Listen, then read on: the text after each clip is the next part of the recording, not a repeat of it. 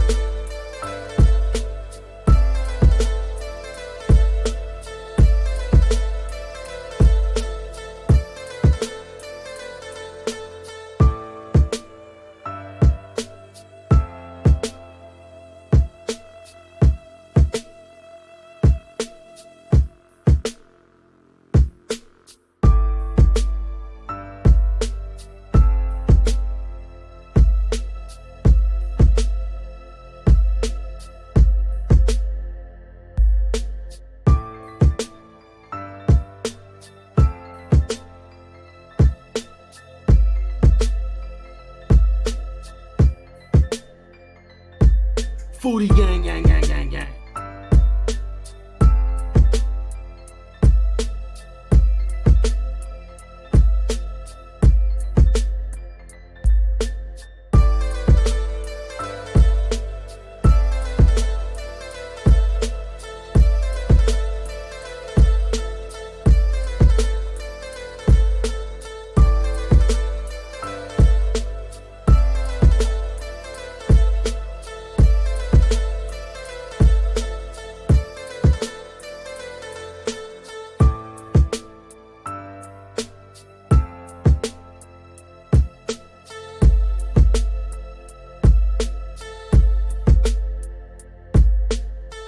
Foodie gang, gang, gang.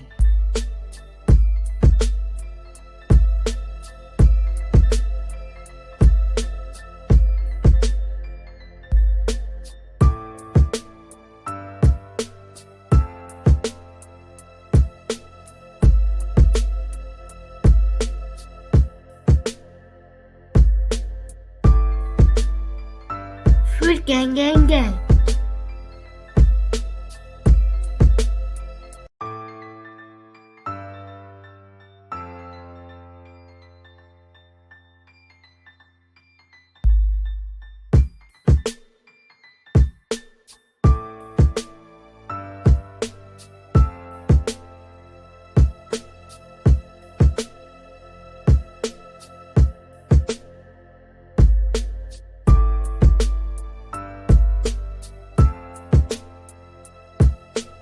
Foodie gang, gang, gang, gang, gang.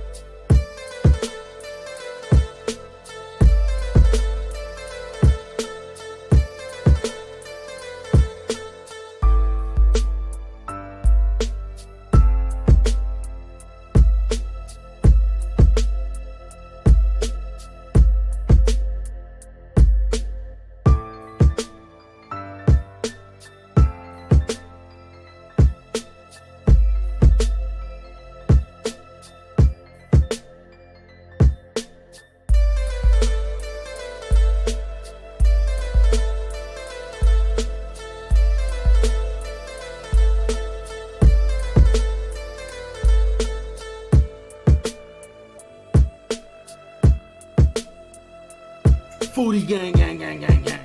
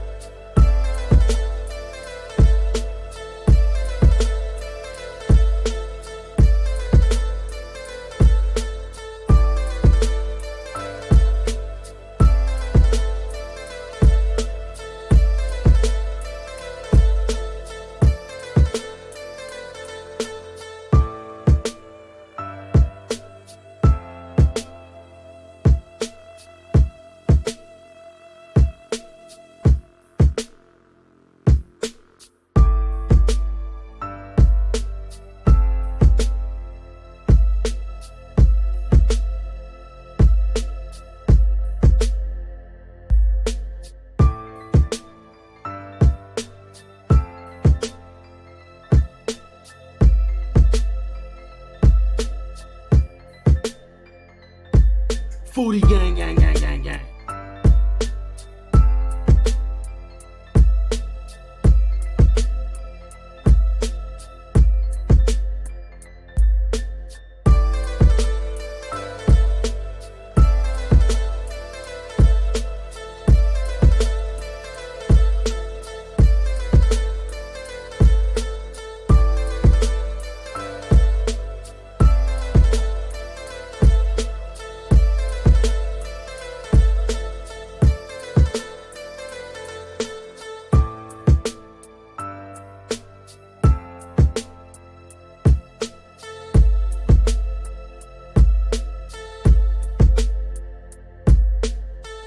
Foodie gang, gang, gang.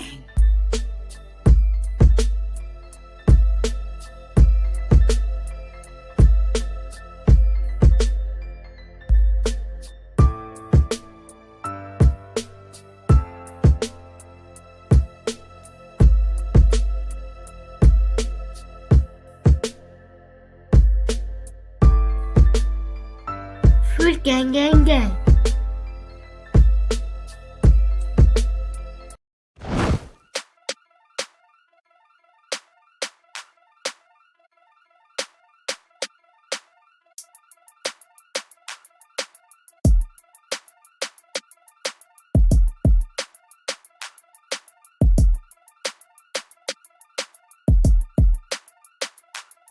Foodie gang, gang, gang.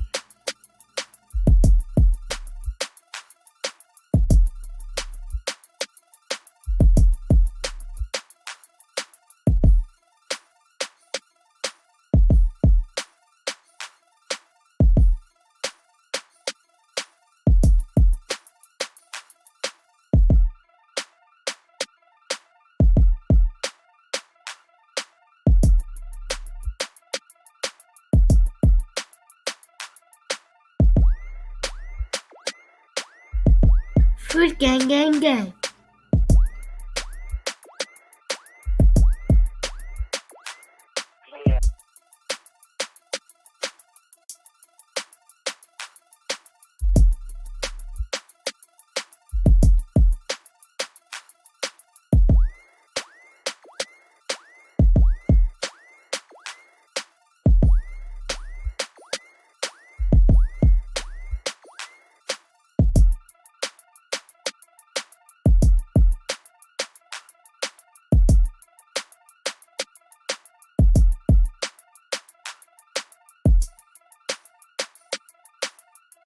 Food gang, gang, gang.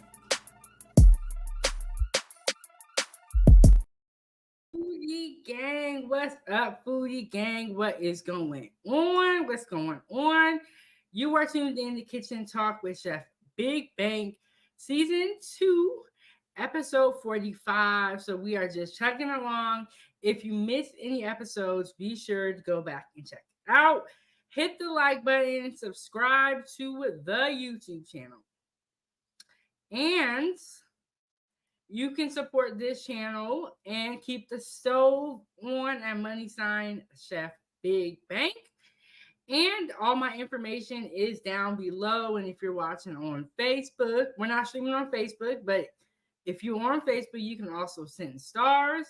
Join my group on Facebook, Chef Big Bank Foodie Gang fan page. and follow me on all my social media platforms. And I just wanted to throw a shout out to the Foodie Gang that's here early. We got Miss Solistic. She said, "Hey, Foodie Gang.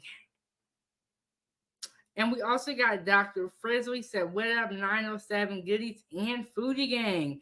Me and Dr. Frizzle did an episode, or we had an interview. It's a really great interview. Make sure you guys go and check it out. And let me tell you, it is season 2, episode 41. So make sure y'all go check that out. Dr. Frizzle is so funny. And then yesterday we talked about fitness and food. We had a fitness trainer up here. So make sure you go check out all my recent episodes. All my episodes are going to be available on 907 Goodies, my YouTube channel. Dr. Frizzle said, "Hit that like button on the way in." Yes, y'all, get the likes up. Get the likes up. Leave a comment down below if you're watching me on the replay. Let me know we got the replay gang. So today we are going to talk about ultimate hurricane food prep. And this is going to be the guide. This is tips and tricks you need to know. As you guys know, there is we just had Hurricane Burrow. I don't know if I'm saying it right. And it's also hurricane season, so I thought that this would be so important to go over what to do so that you can make sure that you're able to eat before, during, and after the storm. Sometimes after hurricanes, the power may be out, like what is going on currently in Houston, which is so sad. And I want to say my condolences to all the family members. And we want to make sure we support our Houston-based content creators. And so I have a couple of videos. We're gonna break down what to do, how to prep, and you guys can always refer back to this guide when you are preparing for hurricane season or preparing for a specific hurricane. And also, you can use this guide if you're preparing for other natural disasters. They call them doomsday preppers, but you can never be prepared enough. Food is very important. We want to make sure that we are able to eat. Make sure y'all check out the Foodie Gang store. I get the 907 Goodies mug right here and the certified Foodie Gang hoodie. I feel very official when I wear this, and it's raining here. It's cold. If I do have any Wi-Fi issues, just bear with me. And if my mic sounds weird at any point in time, please let me know in the chat, Foodie Gang, immediately. And if anyone wants to come up and share their story, if you ever been in a hurricane, if you've ever had to prepare, it's very unfortunate, but it does happen. So I wanted to go over food tips and tricks. We are going to get into the disclaimer before we get into the show. So here we go.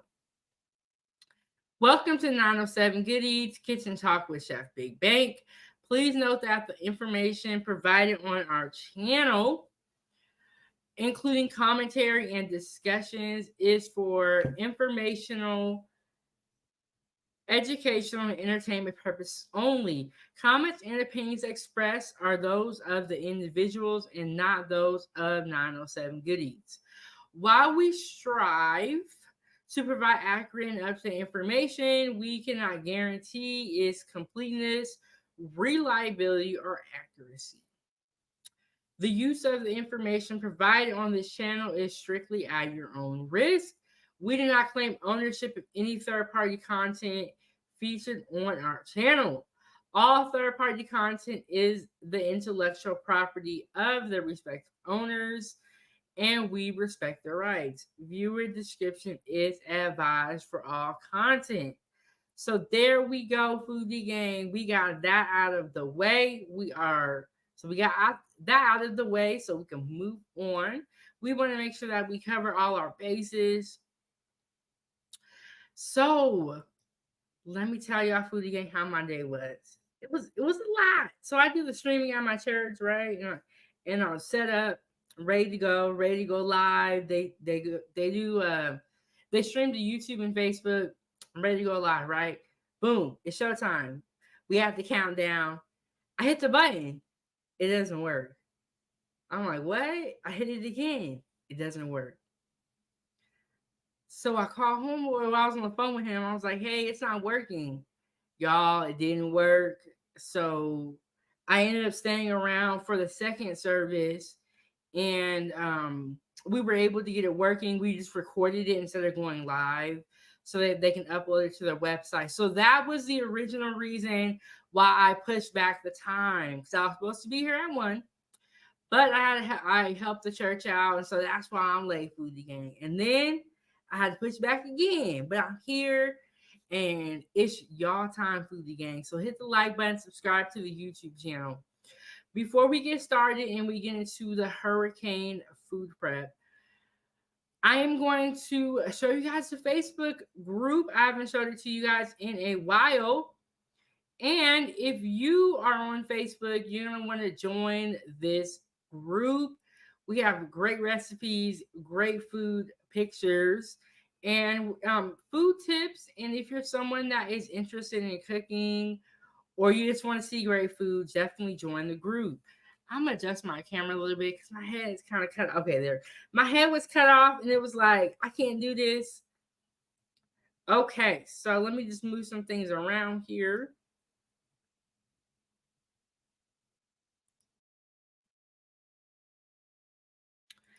Oh, and then so after service, they be having like muffins and sandwiches and little breakfast foods.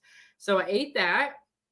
And then I haven't eaten dinner yet, but what I did though when I came home from church, I put the crock pot on. Now y'all know when y'all put the crock pot on, it's serious business.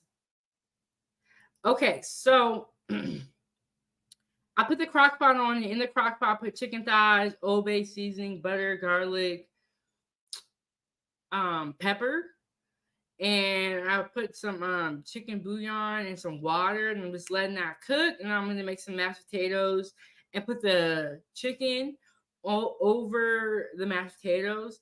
This recipe for this chicken is also on my YouTube channel. Let me go ahead and pull that up real quick and drop that in the chat. So this is my Old Bay chicken. And let me tell y'all, Foodie Gang, it is delicious. And the recipe is written down. And so I'm going to post the video in the chat. This chicken is so good, and it's great for, a cold day when you don't feel like cooking. Even if you have an Instant Pot, you can. Normally, I make it in an Instant Pot, but I don't have one anymore. Only have a crock pot, so I put it in the crock pot. But you can do this in the Instant Pot. Really good. So here's the recipe and the video. So step-by-step directions on how to make my Old Bay chicken. And let me tell y'all, Foodie Gang, when you make this recipe, you will not be disappointed. So check out that video, save it, do what you got to do. So this is the fan page on Facebook. And let me get a sip of my coffee.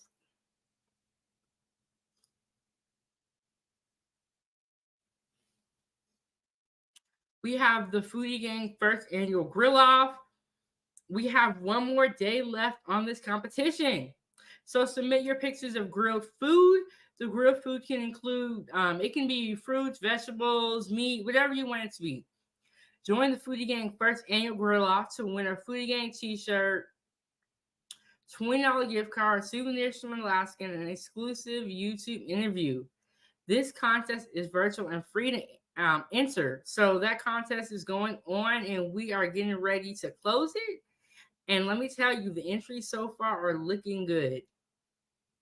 Okay,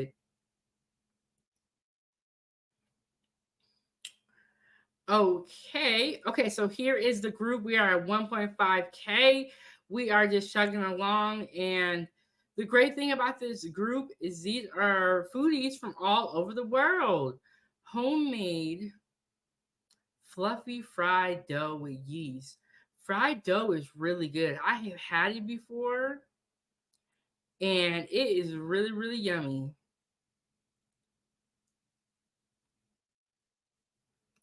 Ooh, now look at this. It's looking good. See, I'm hungry. I haven't had dinner yet, so this make me hungry. And my camera looks a little dark, so let me see what I can do.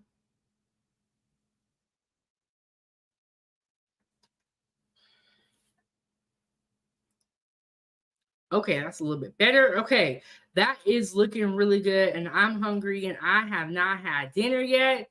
We got Hassan Tahir show in the building. He said 907 goodies. How you doing? It has been a long day.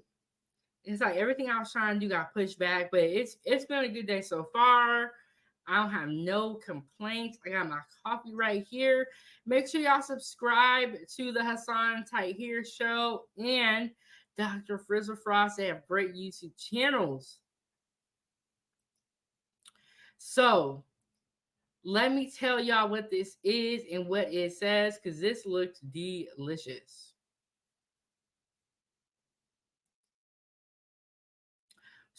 Smothered turkey wings, yellow rice, and braised cabbage. I have not had yellow rice in a long time, but I really want to get some and make some.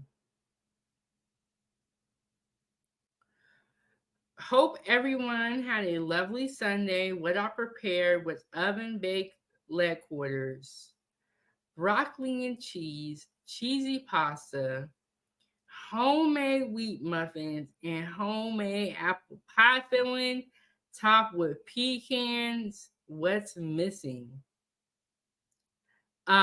Just water on the side. Just water on the side. This is looking good. He did a whole lot. We got the he made a lot. The cheesy pasta, I got the broccoli, the oven baked chicken legs. Those are the wheat buns. Those are like deviled eggs back there. Oh my goodness. And homemade apple pie. Now let me tell y'all, I didn't make no food like this. Ooh, this is looking good. This is a rib eye. Oh, it's with the 20. This is a 26-ounce Fort Worth rib eye. Now that's a whole lot of meat. The Hassan Tahir show said, hit the like button and subscribe on your way in. Yes, y'all. Subscribers is important, but what's also important is hitting the like button, leaving the comment down below. All that. But yeah, that's a whole lot of beef. But that steak is cooked perfectly. I like my steak with a little bit of pink in the middle. This may be too pink for me, but I would still eat it. Like I wouldn't send this back. Now, when it's like bleeding and stuff, that's a little bit too much for me. But I can see that the juices here are not red, so it's not bleeding. And y'all, I've been busy, but when I go back through here, I'm gonna comment on everything and all that. I'm gonna hit the like button like I've been telling y'all to do.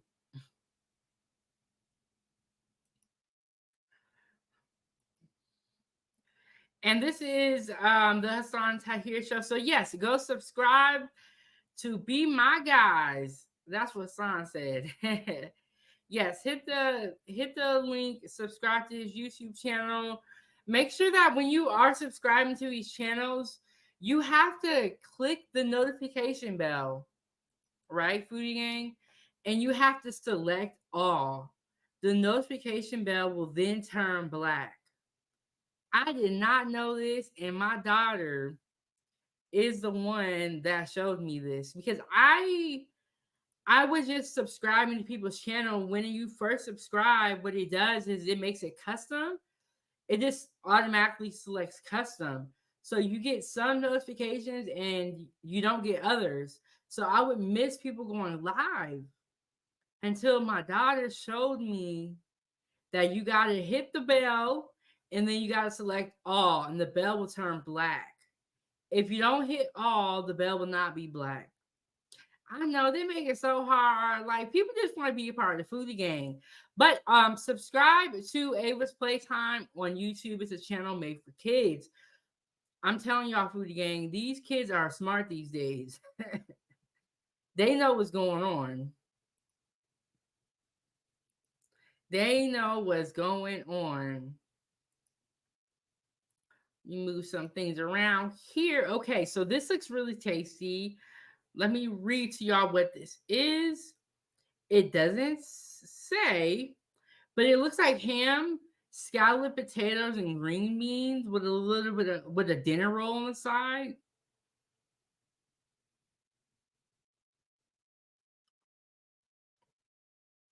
I cannot play the sound because YouTube will try to get me, but the sound on this video is very funny.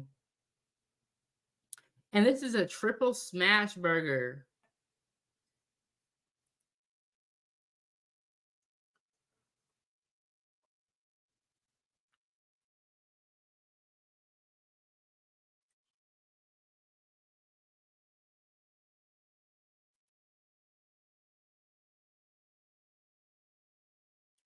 Yeah, so y'all can see. So what a smash burger is, it's a burger that you flatten out. So you literally smash it all the way flat like a patty. And I've had one before, and they are really, really good. So yeah, he used that and he flattened it out all the way. You put your seasoning on it. You always want to add your salt and pepper to your burger.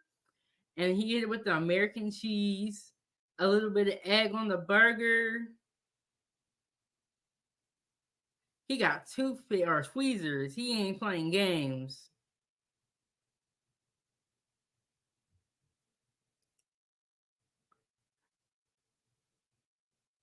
Now that looks delicious. Ooh, y'all, this is a seafood boil. So it says Cajun seafood boil bag by Uncle Dibs. Grab your fresh seafood, Rose's Seafood Incorporated. Link. Okay, that's just some promo right there.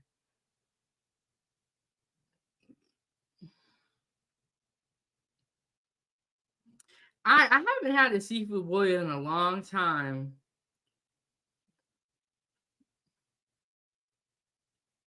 And when I did make it, I didn't do it in this technique. Do y'all like eggs in y'all seafood boil? I don't I'm not used to putting the eggs in there, but I'm not like opposed to it, you know. But my dad he liked to put the eggs in his seafood boil. See, I like to make mine on a pot where I can have all the juice, all the liquid, you know what I'm saying?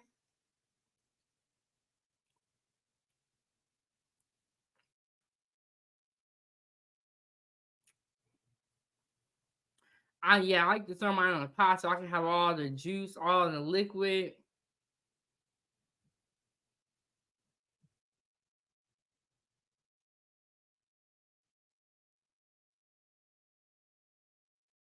Okay, now that end result is looking good. That's looking good. Oh yes, and this is merch from the Foodie Gang store. Y'all make sure y'all check it out. The link is in the video description of this video.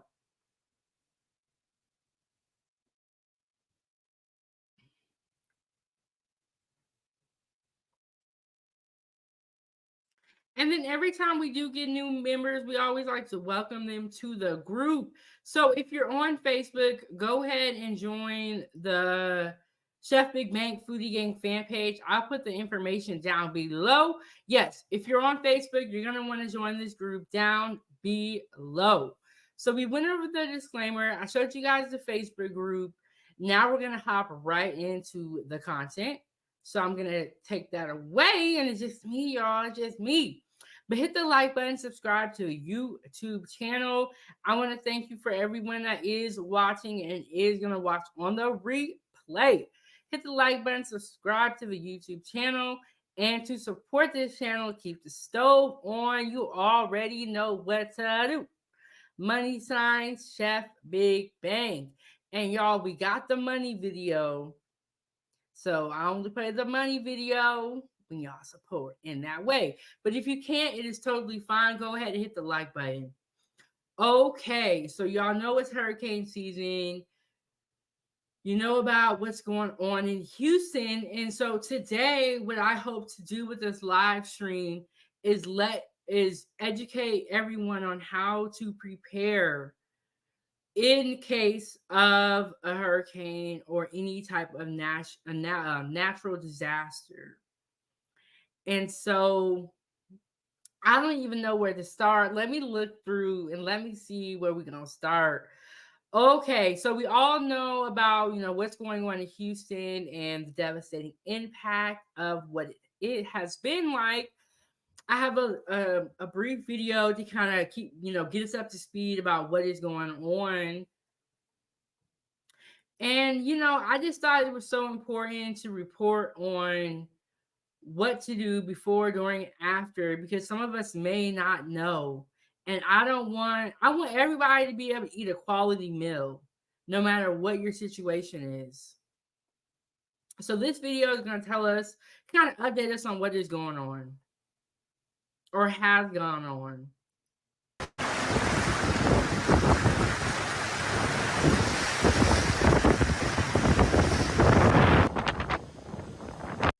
Okay, can y'all hear it okay before we get too far into this? Because I cannot tell y'all, Foodie Gang, how frustrating it is as a content creator to have your sound not be up to par. It's so important. So, it's hurricane season, but what the difference is with Hurricane Beryl is that it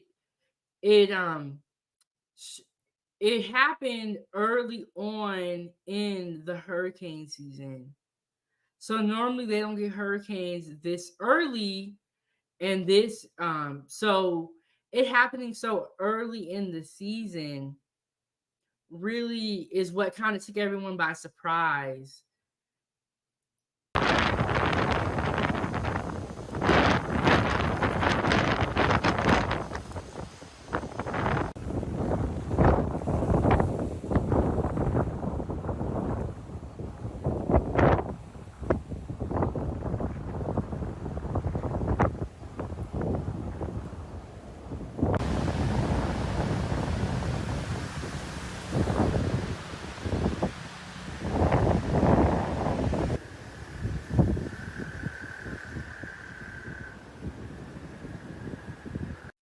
So that's some of the devastating impact that this storm has had, or this hurricane, and then it was downgraded to tropical depression. I think that's what they call it. But I was reading this article that was saying that they were already having a problem with like rain, and so the soil was kind of loosened up, so it made it so that the trees and everything was already loose. And so when the storm came through, that's how we got the houses hit by trees and impacted by trees, and the trees are falling over.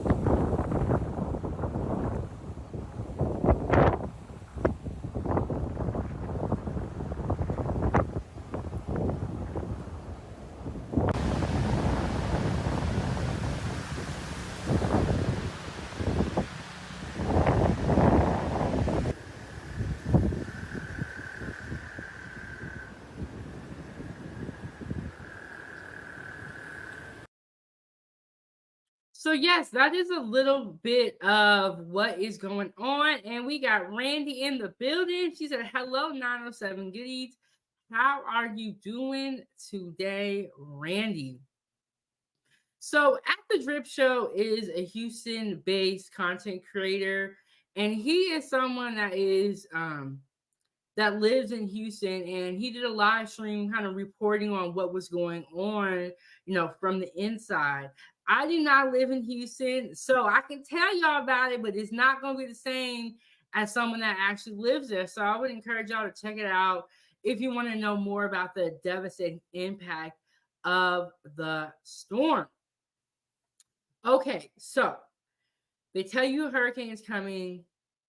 So, what do you do to prepare? And that is what we're going to talk about as far as food, because you want to make sure that if the power does go out, you are able to eat. Because sometimes when the power goes out, you don't know when it's coming back on. Randy said, I'm well. How are you? I'm doing good, Randy. It's been kind of a long day. It's been a long series of events. But I wanted to make sure that I pulled up to 907 Goodies so we could talk about hurricane season and also give you guys the ultimate hurricane food prep guide. Tips and tricks you need to know. So they tell you that a hurricane is coming. What do you do? How do you prepare? What type of food should you be buying? Very important question. So let me show you guys what can happen if you do not prepare properly and you go to the store and you get all this regular food that can go inside the fridge and then the power goes out. You don't, like I said, you don't know how long the power is going to be out. It could be out for a while, right? So you don't know. So you want to be making sure that you're getting canned goods, you're getting, non-perishable items. But let me show you what can happen if you do not prepare properly. After that, I will tell you guys or show you guys what to do. Don't worry, Foodie Gang, I got y'all. But hit the like button, subscribe to the YouTube channel.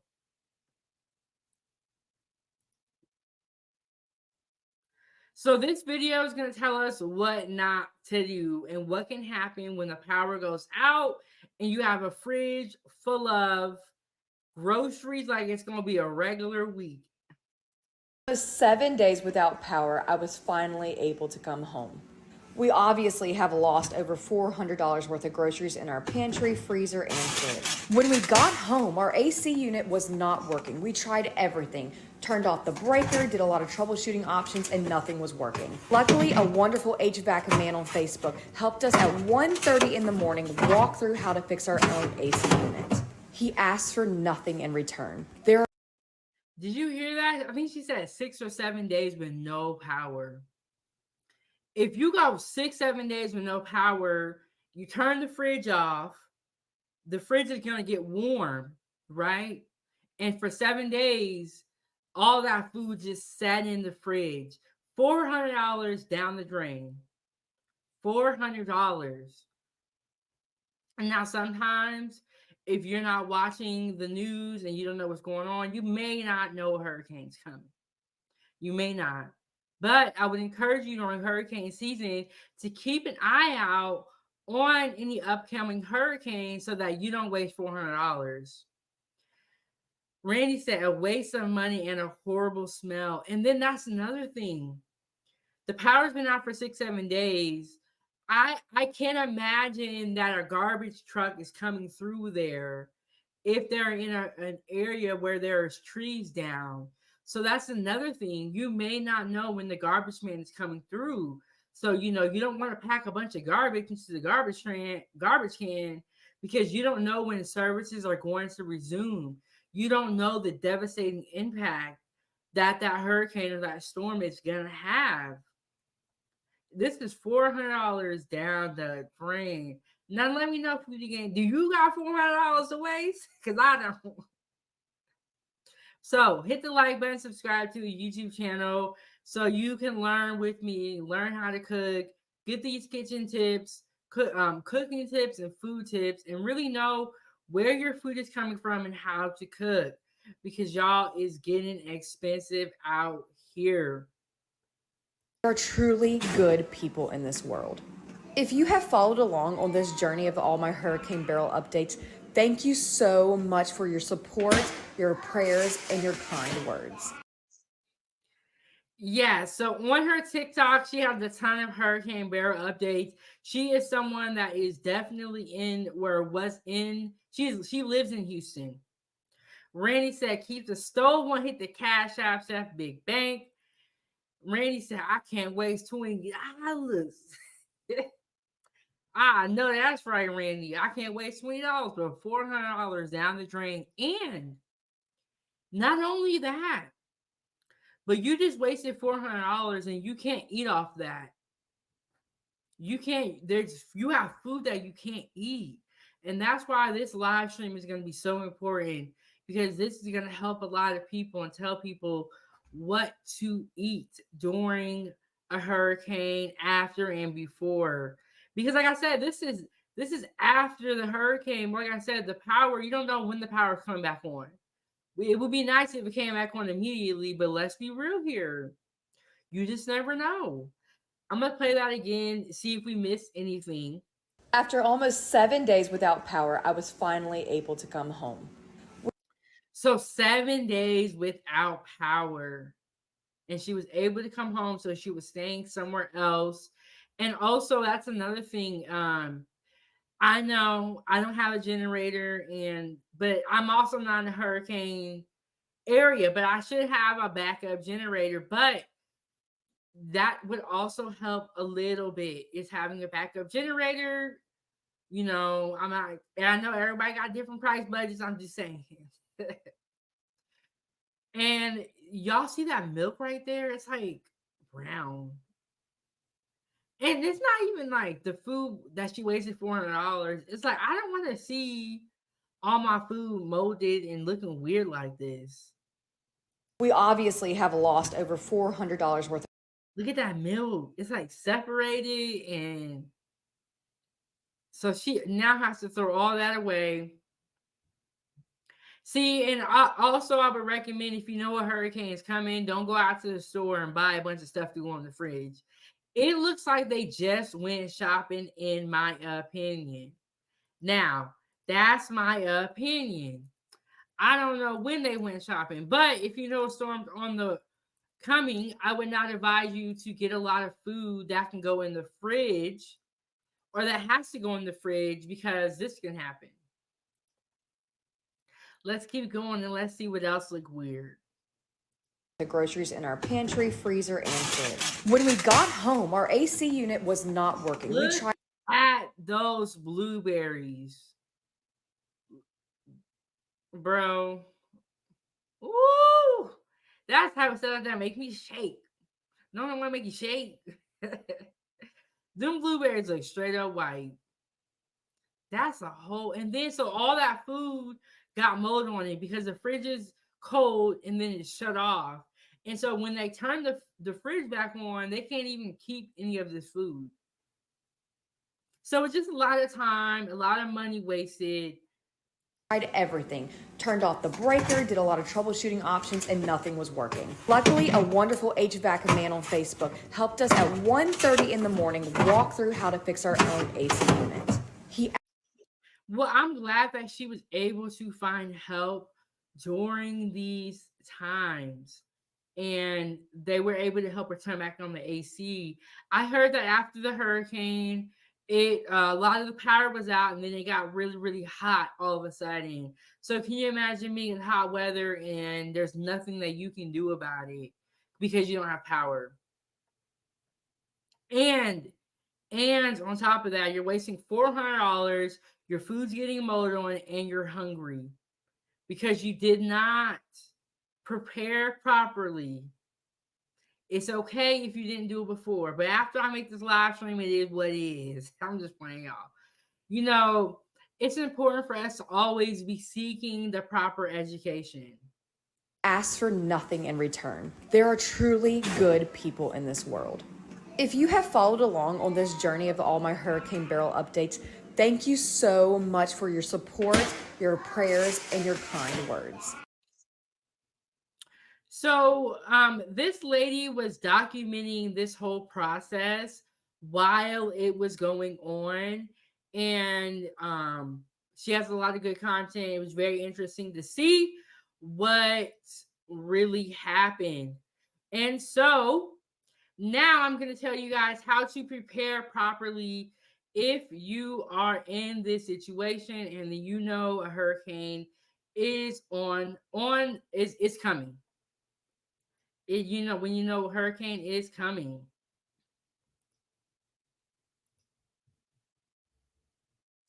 And so let me check this. But y'all, in the meantime, until I get this set up, go ahead, hit the like button, subscribe to the YouTube channel.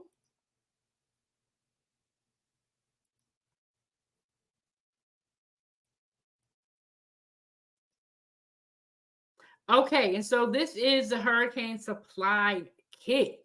How to prepare an emergency kit. So I'm going to go ahead and play the video.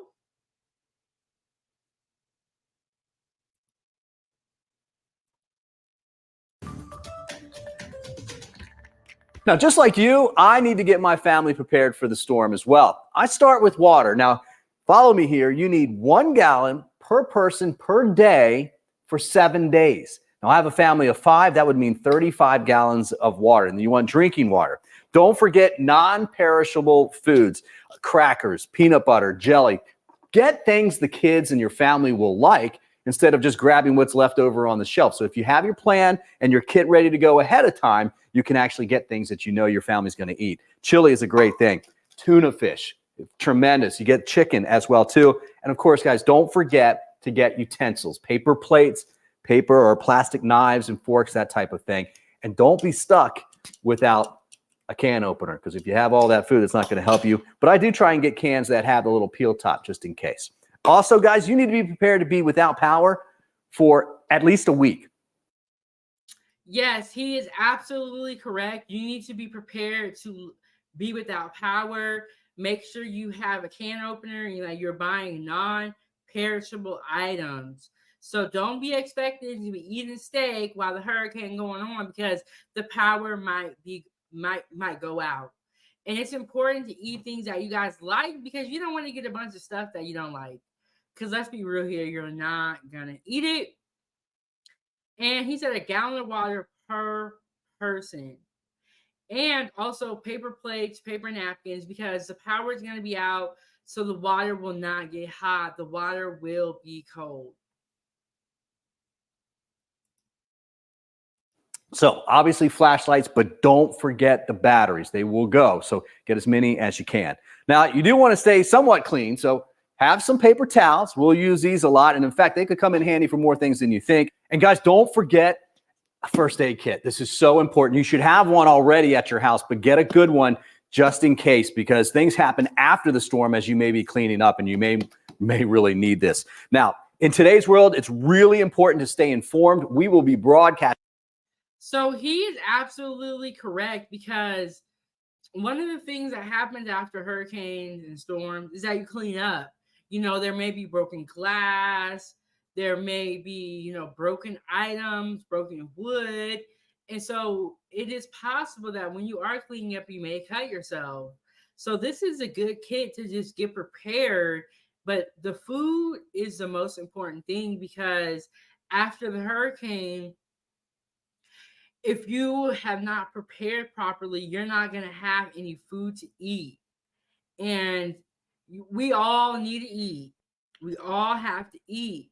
And so that's why he said get high protein items like tuna, canned chicken. We got to think, like we don't know how long we're going to be without power. Randy said, I love summer, but these storms are a pain in the ass. So I do live in Alaska, so we don't get hurricanes, but we do get earthquakes. But I traveled to North Carolina, and y'all, that storm, there was no like major hurricane that came through while I was there. Luckily, let me knock on wood. But before I had arrived to North Carolina, a storm or hurricane, I don't know if they call it a hurricane or a storm, I don't know, in North Carolina. One of them had hit before I had got there, and there was a tree that was laying on this house, and the house was like completely divided. And unfortunately, someone had lost their life. It was really terrible. But while I was there was a couple of storms where it was raining, there was thunder. And we do get that. We do have like thunder and lightning in Alaska. I've seen it before, but it was nothing compared to North Carolina. I was very scared. So, and Randy, so I agree with you on. I was scared, like all the noises and things were rattling. It was I was like, I can't do this. I can't do this.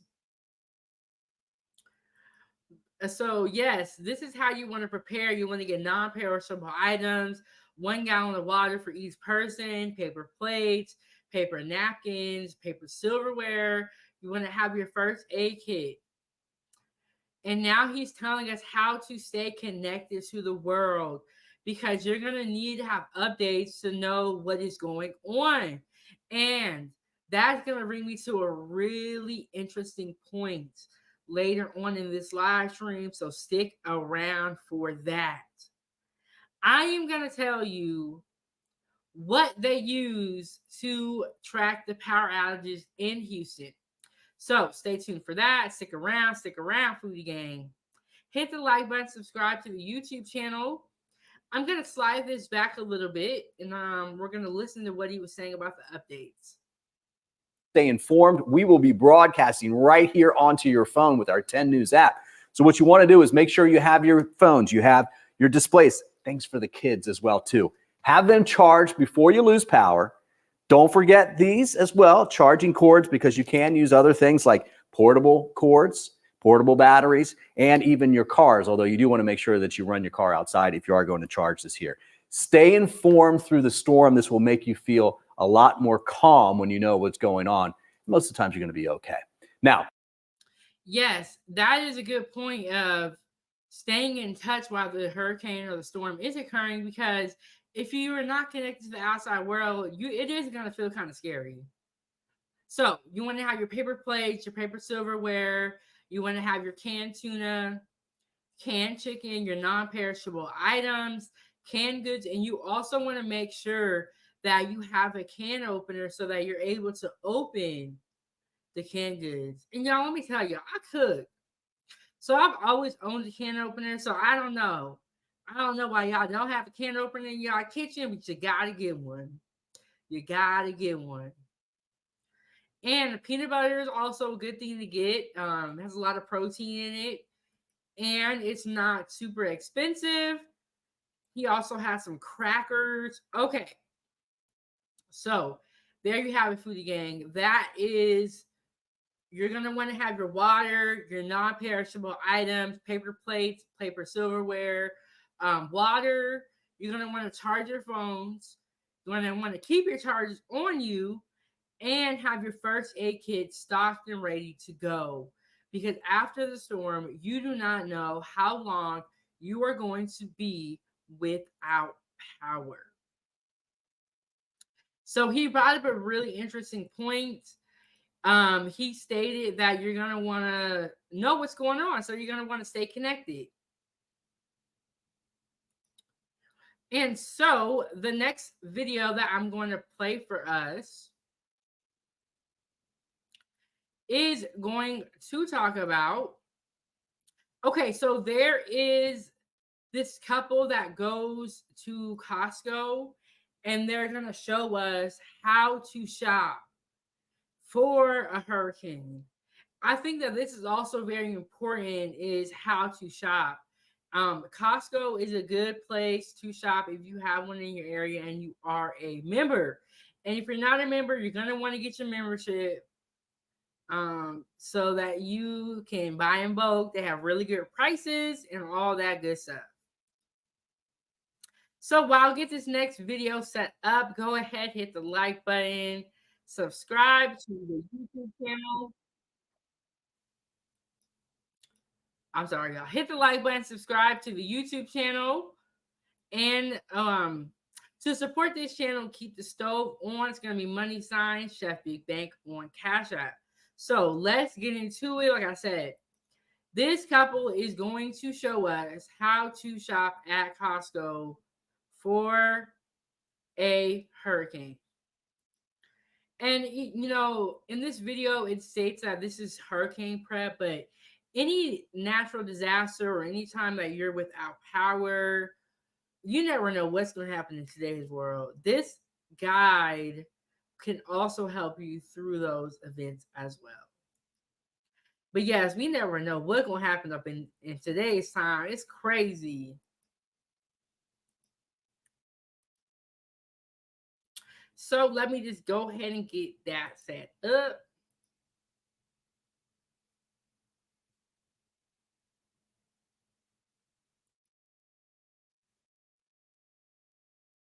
Cup of noodle, top ramen. That's a hard choice. What are you? Top ramen. I'm probably cup noodles. Oh man, do we even know each other?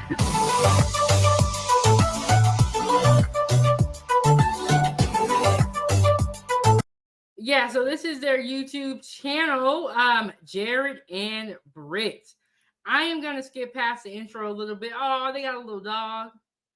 Look, and then you know when people be having these pets during the hurricane, they they don't want to just leave their pets out, So they also need to, make sure they take care of their pets too. And that's another thing. You want to make sure you have enough pet food if you do have a pet.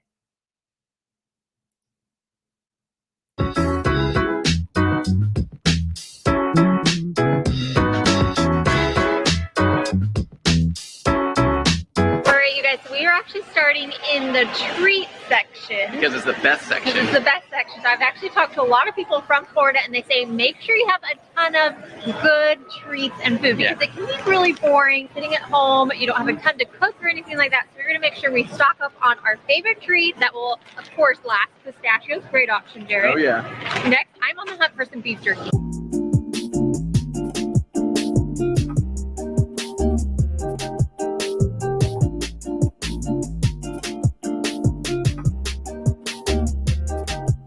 Guys, this is a new find. This is Celtic sea salt butter caramel. Let's just say whether it's hurricane preparedness or not, you need this. We may need a few bags of this.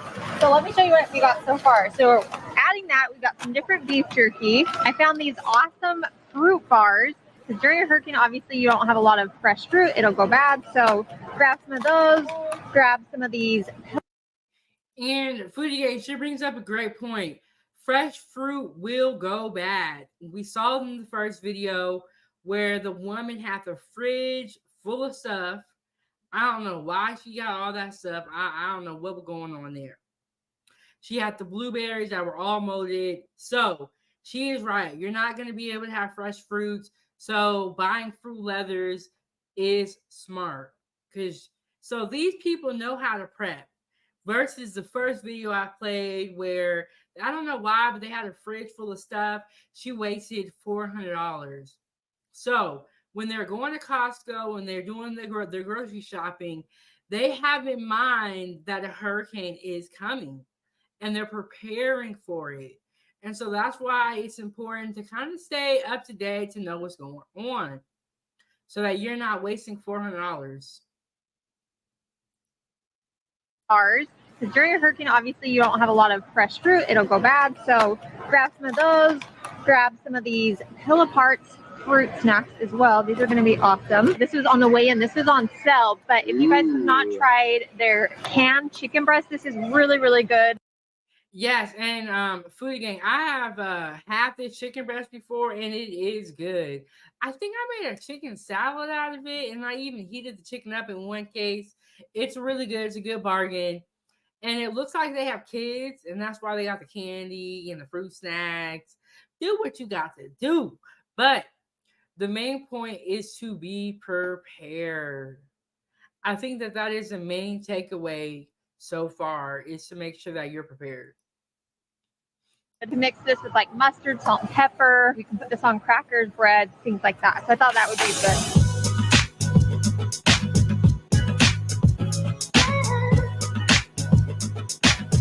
So guys, we're in a predicament. We want to get a box of chips, but there's so many varieties here. We got sun chips over here, which we love. We got the classic mix that are just like classic good choices, but we also got the fun flavor mix. Yeah, this one's way This better. has like the hot Cheetos, things like that. I'm a fun flavor mixer. I love it. See, and I'm more classic. I actually be curious, are you guys more classic or fun flavor? Which one? Are you guys fun or are you kind of like vanilla? Just like me, just classic and boring. We are compromising. We are going to get one of each because one, if we don't end up using these, we'll definitely go through these for the beach. These are Oh, yeah. beach snacks as well. And late at night, maybe. So we both win. Okay, we made it about, I don't know, 7 feet before Brittany found these. Hey guys, so we usually get the variety pack of the Nabisco. So it's like Oreos, Ritz, Chips Ahoy. But I just saw this one. It has. So it looks like they're getting a whole bunch of snacks. But one thing I will say, Foodie Gang, is that they're making sure whatever they're picking up is non-perishable. So they can eat this stuff even if there is a power outage. And so they are prepared. They're preparing. They're shopping with that in mind. And like I said, you want to make sure that you're being prepared. The fudge cookies, which we love, Cheez-Its, and Chips Deluxe, and the Scooby-Doo. I think the preparedness needs this. You guys, Yeah. there is a ton of top ramen here, cup of noodle, lots of different like ramen choices, and we are planning on getting a little backup generator. We are going to get a few of those choices because those are things we'll for sure go through even if there's not a hurricane. So they are definitely preparing properly. They are getting a backup generator. And so if you're able and you're in that position, you know, that is smart to invest in a backup generator. Because we do enjoy those every now and then. Okay, here's a question. Are you guys more of a top ramen fan or a cup of noodles fan? Cup of noodle, top ramen. That's a hard choice. Who are you? Top ramen.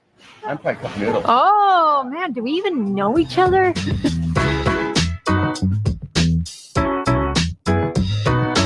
Okay guys, another great option we think to have is this quinoa and brown rice because it's already cooked, so you could eat this cold, but this will stay good and we will definitely go through this.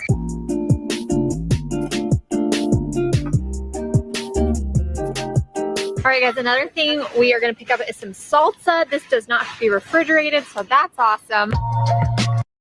Okay, so as you can see, they're going to the store and they're shopping. What I can say is that they're probably going to spend close to $400, but Foodie Gang, the $400 will not be wasted. Versus the first video where she bought, or the second video where she got a whole bunch of non-perishable items. So her $400 was wasted. Their $400 will not be wasted because they are buying things that can withstand through a power outage and through a hurricane. So if you are going to Costco, this is how you want to shop. And even if you're not at Costco and you're in the grocery store, Walmart, Fred Meyer's, Kroger, Albertsons, whatever you have in your area, this is the way that you're going to want to shop. So hit the like button, subscribe to the YouTube channel, and let's get back into it and let's keep going and let's see what their total is going to be. I'm curious to see how much money they are going to spend.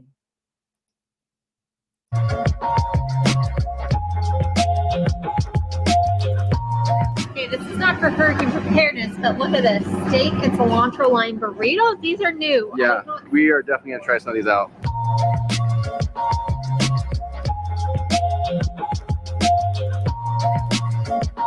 It looks like they're out of their gallon jugs of water, which we really wanted the bigger jugs. We are going to grab a couple of their water bottles, but what we've been told is you want at least 1 gallon per person per day for about a week is the recommended amount. From what we've been told. You guys think otherwise, let us know down below. So we're gonna grab what they have here and then we're gonna have to come back either here or maybe hit up Walmart for the big gallon size jugs.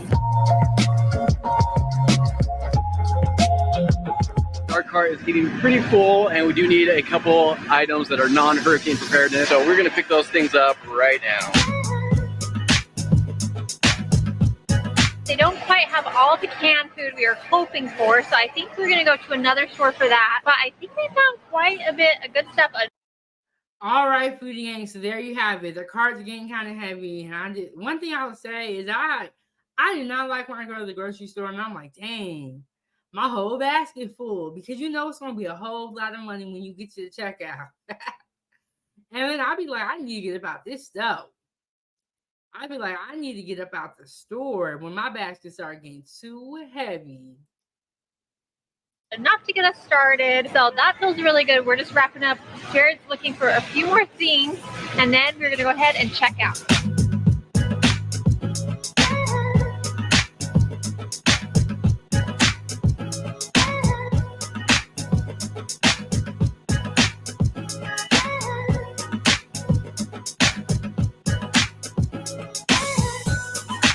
What? They didn't even tell us the total. I hope they're gonna mention it because I want to know what did all this stuff cost, because that's important. We need to know the money. We need to know about the money. How much did everything cost? They got all that stuff. Hopefully they say it. All right, we got everything packed up in the car. Man, we did that pretty quick, I I feel know, like. we did a pretty good job on that one. As I was mentioning inside, they didn't have everything we wanted. Definitely need more waters. We need quite a few gallons of water. Mm-hmm. And we also want to get some drinks as well because, you know, we want to enjoy ourselves if there is a hurricane. Yes. So we will stop by, get some of that stuff, get some more canned foods. We don't need like the... What? They said we need some rain. They said we gonna be in this hurricane. We gonna be scared. We might as well be drunk. They said we want to enjoy ourselves. They said we don't even care if it's a hurricane. They cray. But you know what? I look. I need something to calm my nerves down too. Randy said, like, share, subscribe, and tell a friend. Yes, go ahead and share, subscribe, and like. Tell a friend. Support the channel and hit the Cash App and money sign Chefbigbank. They said we need some drinks, and they gonna make sure it happen. The huge containers of canned foods, I feel like. So we're gonna just get some of that kind of stuff from like a Walmart or Publix here in Florida. But overall, in terms of snacks and everything like that, awesome.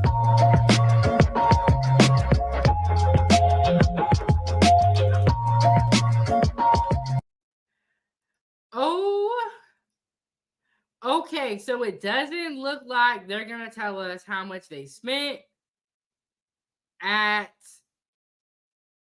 Costco's, which is kind of foul. They should at least tell us how much they spent, because that's important too. But like I said, I think it was around $400. But the good thing is that food will not go to waste. That food will not go to waste. And I wanted to show you this video, foodie gang, because I wanted to show you a couple or how to prepare properly for a hurricane, because you never know what's going to happen. You never know how long you're going to be without power. So it's important for us to plan as such. It's important for us to plan as such.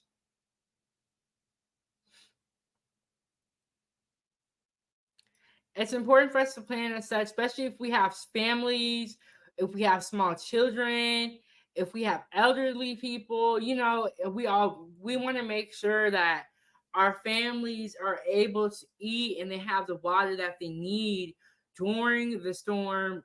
Well, before, during, and after. Because a lot of times after the storm or the hurricane, that's when you experience the powder out outages. That's when you experience the flooding, and then that's when you really are kind of in the dark sometimes, because you don't know how long it's going to be until the power comes back on. They get first responders out there. You don't know how long it's going to be until you're connected back to the world. Then that's why I was saying that it's important to keep your phone charged before the storm even happens. Charge your phone up as full as it can be so that you are able to get those updates. And so we're going to go over some more hurricane food prep and how to prep during a hurricane. So let me pull this back up, Foodie Gang.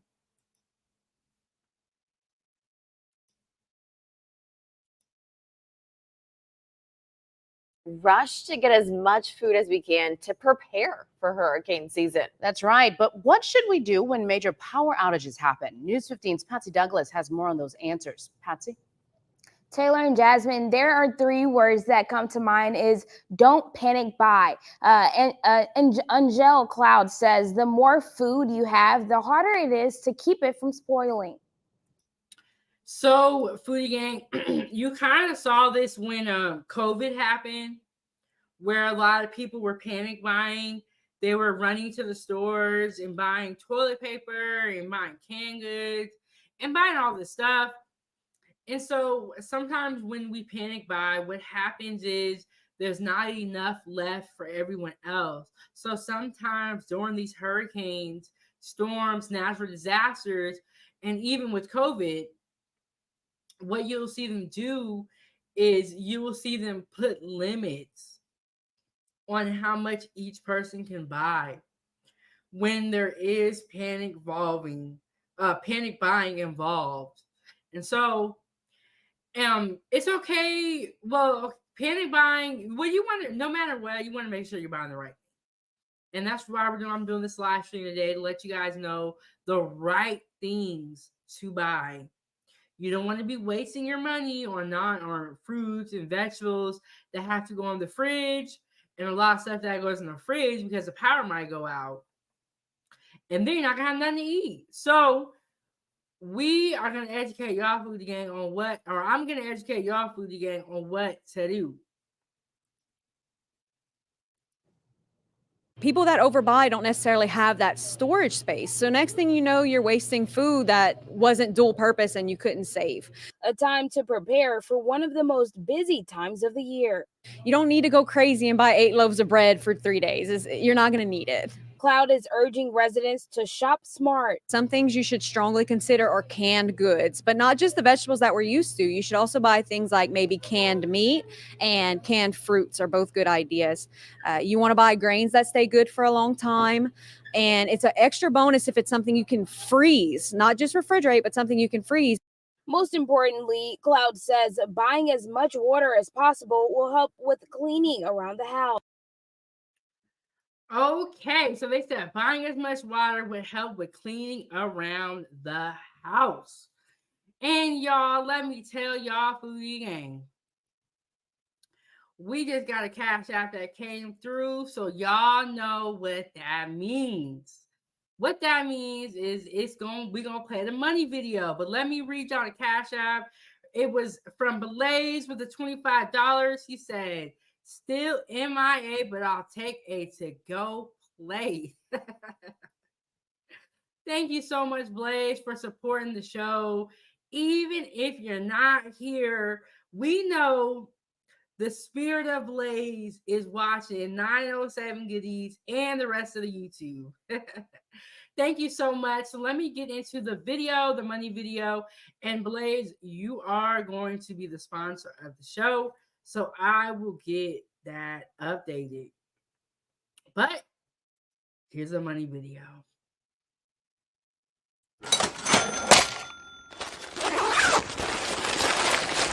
Foodie gang, gang, gang, gang, gang.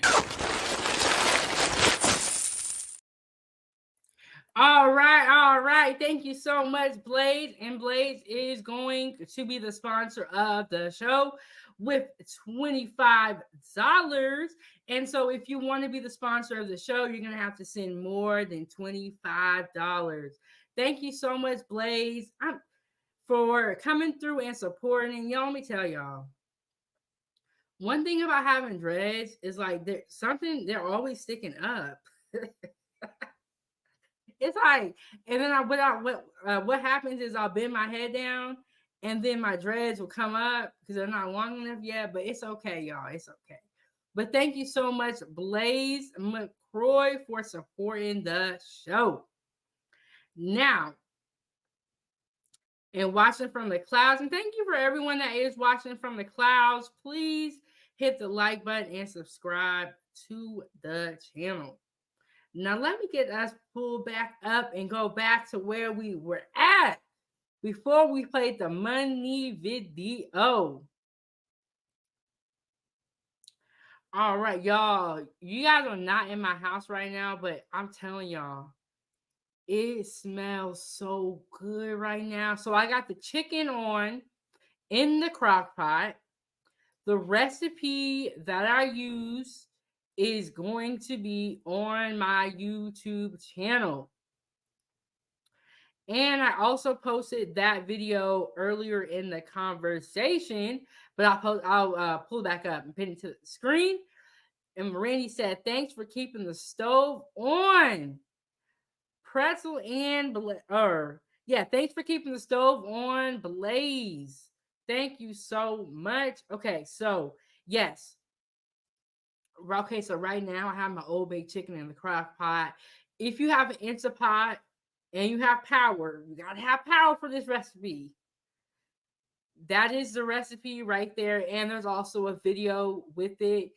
And right now you can just smell the chicken and the Old Bay seasoning. And then I'm gonna make some mashed potatoes. And put the mashed potatoes first, and then the Old Bay chicken on top. You can also make it with rice, but I'm kind of tired of rice. So y'all make that recipe. It's smelling so good up in here. I can't wait till the day they come out with a smell camera.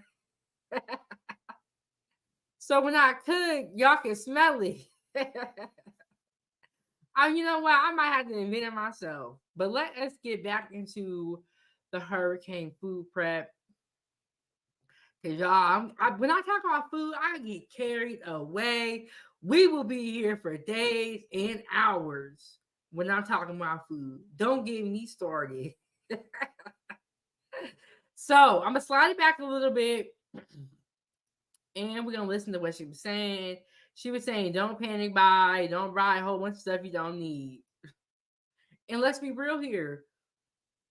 Who has the money to waste? And that's why I wanted to do this live stream, so that if you are someone that doesn't have a lot of money, the little bit of money that you do have, I want you to make sure that you're buying the right things that are going to matter. Because you're going to need all your pennies, all your dollars, because you don't know what is coming back. Around the house.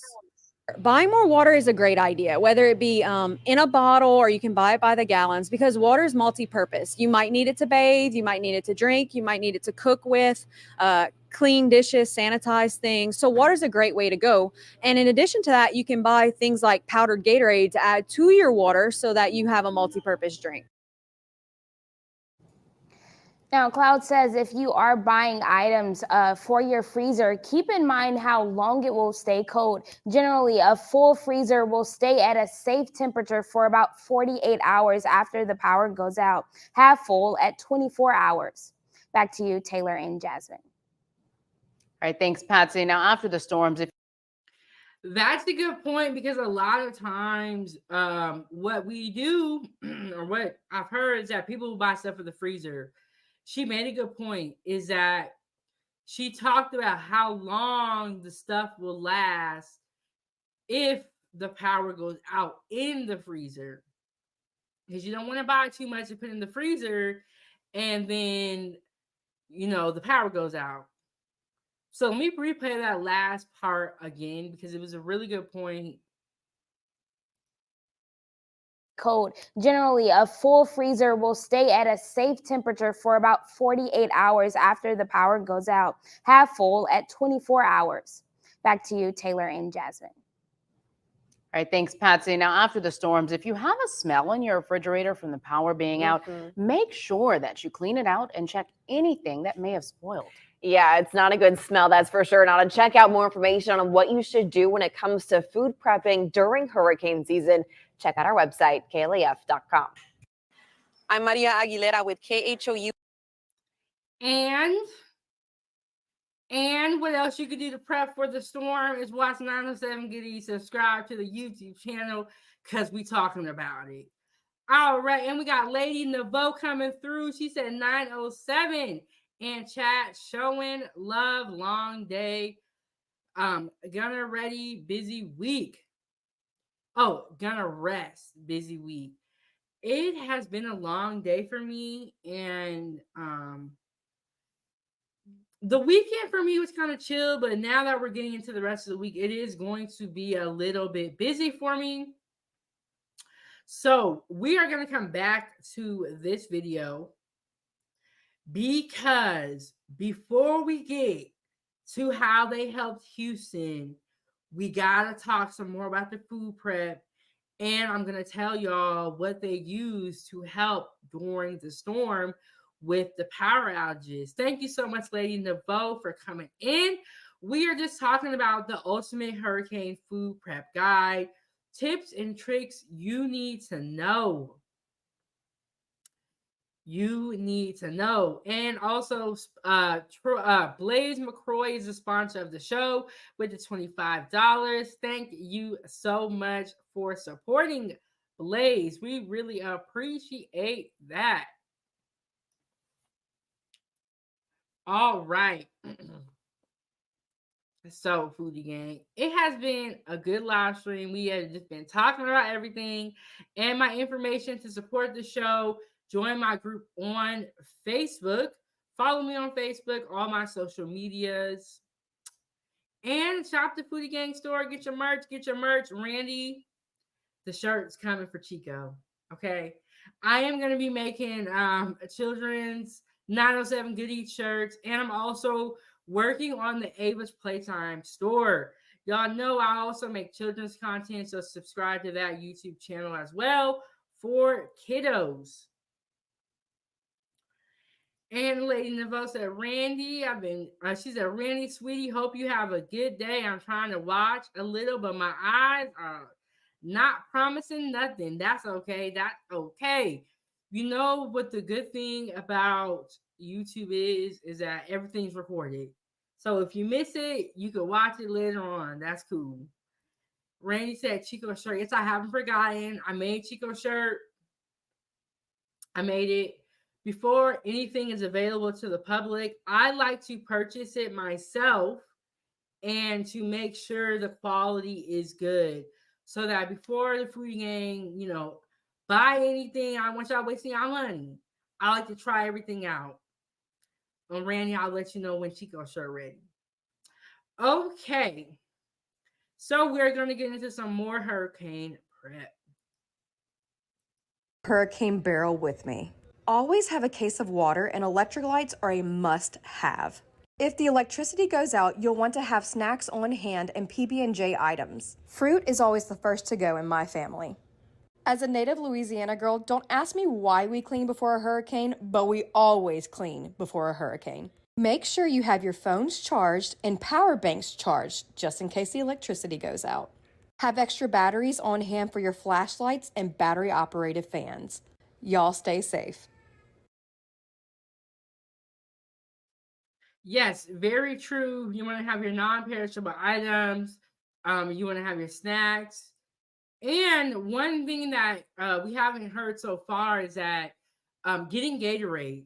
We know it's a 1 gallon of water per day per person in the household. You also want to get Gatorade so that you can have those electrolytes, get your energy back and all of that stuff. So let's watch this one more time. Prepare for hurricane barrel with me. Always have a case of water, and electrolytes are a must-have. If the electricity goes out, you'll want to have snacks on hand and PB&J items. Fruit is always the first to go in my family.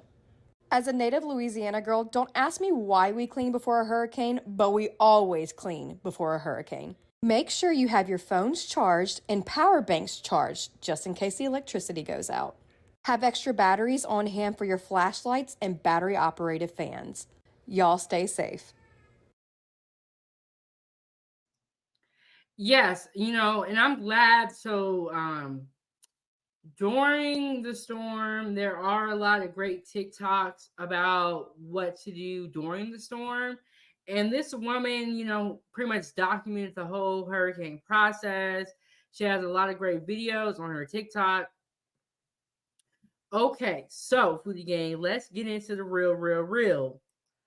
Okay, so during the hurricane, to track power outages, they were using the Whataburger app. I think I'm saying it right. Whataburger is open 24/7, and they have an app that was tracking the power outages.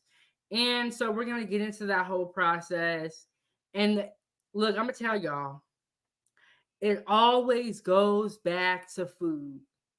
Okay? It always goes back to food. So I think it's interesting, like they were using a food app to track the power outages. That is how dire and how desperate or how devastating things were in Houston. And my condolences to all those that were affected by Hurricane Beryl. And we are praying for you, and we want to support our Houston-based content creators. So I am going to pull up an article that is going to talk about the Whataburger app being used during the storm. I also have a video that is going to talk more about it in detail. Okay, let me move some things around here. Okay. So Texas power grid wasn't made for the rapid succession of storm it sees now. I believe Texas is on a different power grid. It's all real complicated. They are on a different power grid than the rest of the U.S. I don't know the details and the why, but they are. So we need to understand that storms like this can happen and are going to happen often.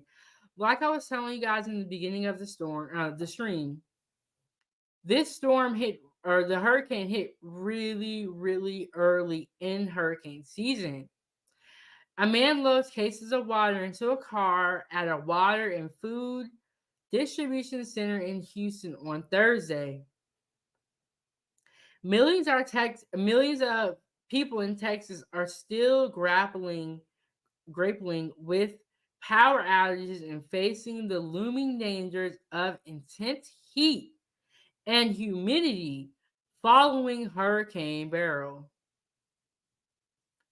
So, those are the type of things that we want to try to prepare as best we can. I know it's tough, it's hard. Thankfully, these people are giving out water. When Hurricane Beryl tore through Houston this week, it knocked out power to 2.26 million power customers. Beryl, which struck the Texas coast as a Category 1 hurricane Monday morning, was the third major storm to strike the nation's fourth largest city in less than 2 months. To our knowledge, that's unprecedented and is a reminder that climate change can rear its ugly head by intensifying storms in unforgiving ways. Wow. So this is saying that on May 16th and May 17th, there was 2 other hurricanes that also hit Houston with little notice.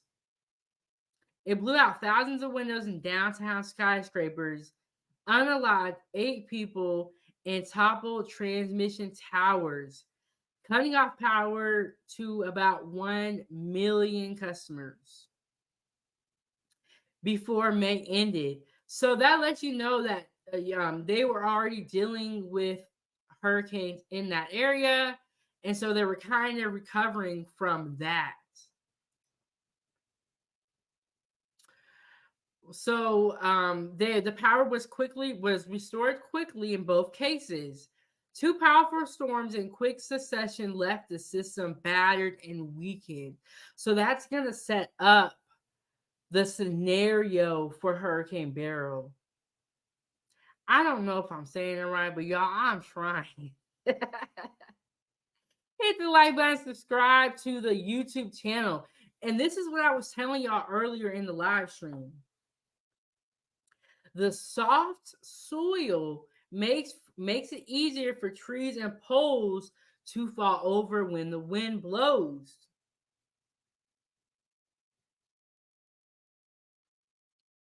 So even though this was a category 1 hurricane, they were already in a weakened and battered state where the system was already. The soil was soft, so it makes it easier for trees and poles to fall over. Often repair crews will make temporary fixes to quickly restore power with plans for permanent repairs to follow. In this case, it is unlikely that all repairs from the previous 2 storms were complete. So there you have it, Foodie Gang. Houston was already going through a lot from the previous storms, and so they were already in a vulnerable position before this category 1 hurricane hit. Then Beryl struck.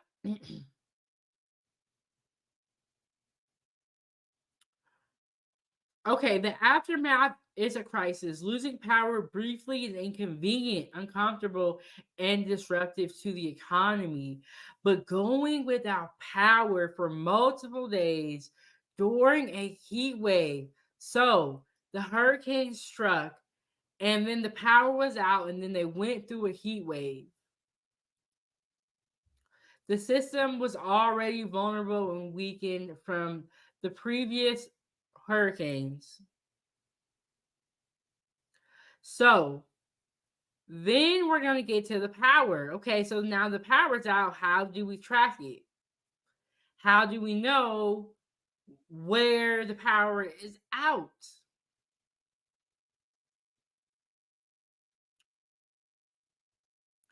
So Hurricane Beryl set multiple records, including as the only Atlantic Category 4 storm to form in June and the strongest July hurricane we've ever seen.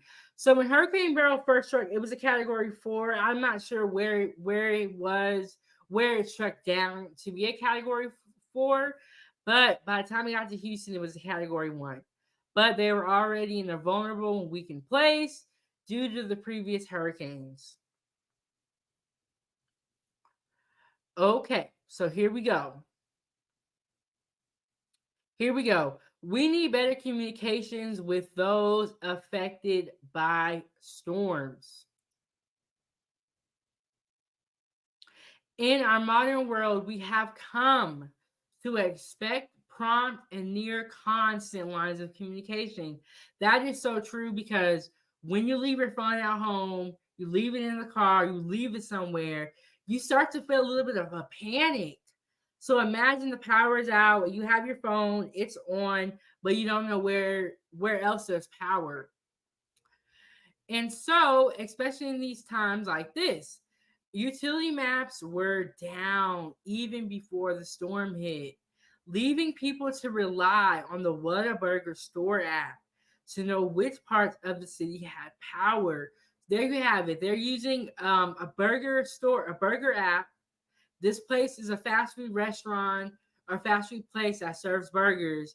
They're using this app to rely on where the power is out in the city because the utility maps were down. The utility outage maps were down.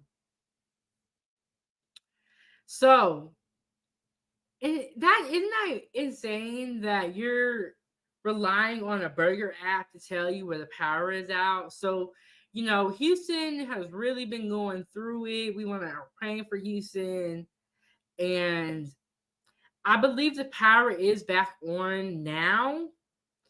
But even with the power being back on, there are still going to be devastating impacts of the storm. And so I'm going to play this video where he's going to talk about it a little bit more as far as the app.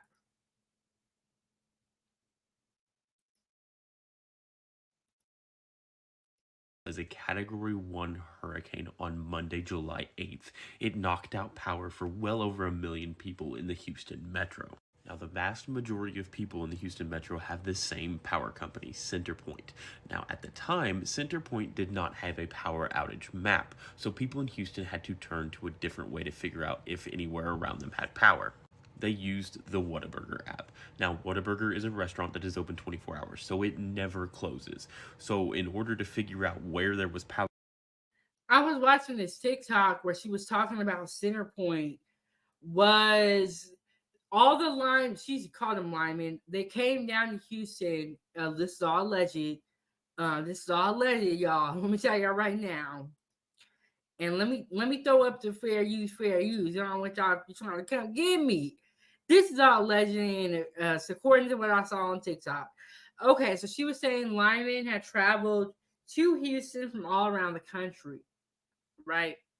But what was happening is that CenterPoint, which is the power company that he's referring to, refused to pay them. So these men have traveled to Houston to help with the power outage and to help with the power lines, but CenterPoint refused to pay them. And so now they're having a face-off. And so I think they went without power for about 6 or 7 days, allegedly. So let's get back into this video. And where there was not power, many people throughout Houston realized that they could look at the app of which stores were open and which stores were closed and figure out where in Houston actually had power. Now, after the public outcry of people in Houston having to use the Whataburger app to figure out where there was power in the city, CenterPoint actually did release a map. It's not a great map, but they did release a map. Now, this does beg the question, how was CenterPoint so... Yeah, they released a map. You know why? The fact that a food app is doing your job and is having better and more accurate coverage of where there is power, you guys should be ashamed of yourself.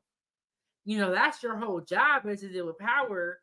And, you know, the outages and your outage map isn't even working. And they're having to rely on Whataburger food app to know where the power outage is.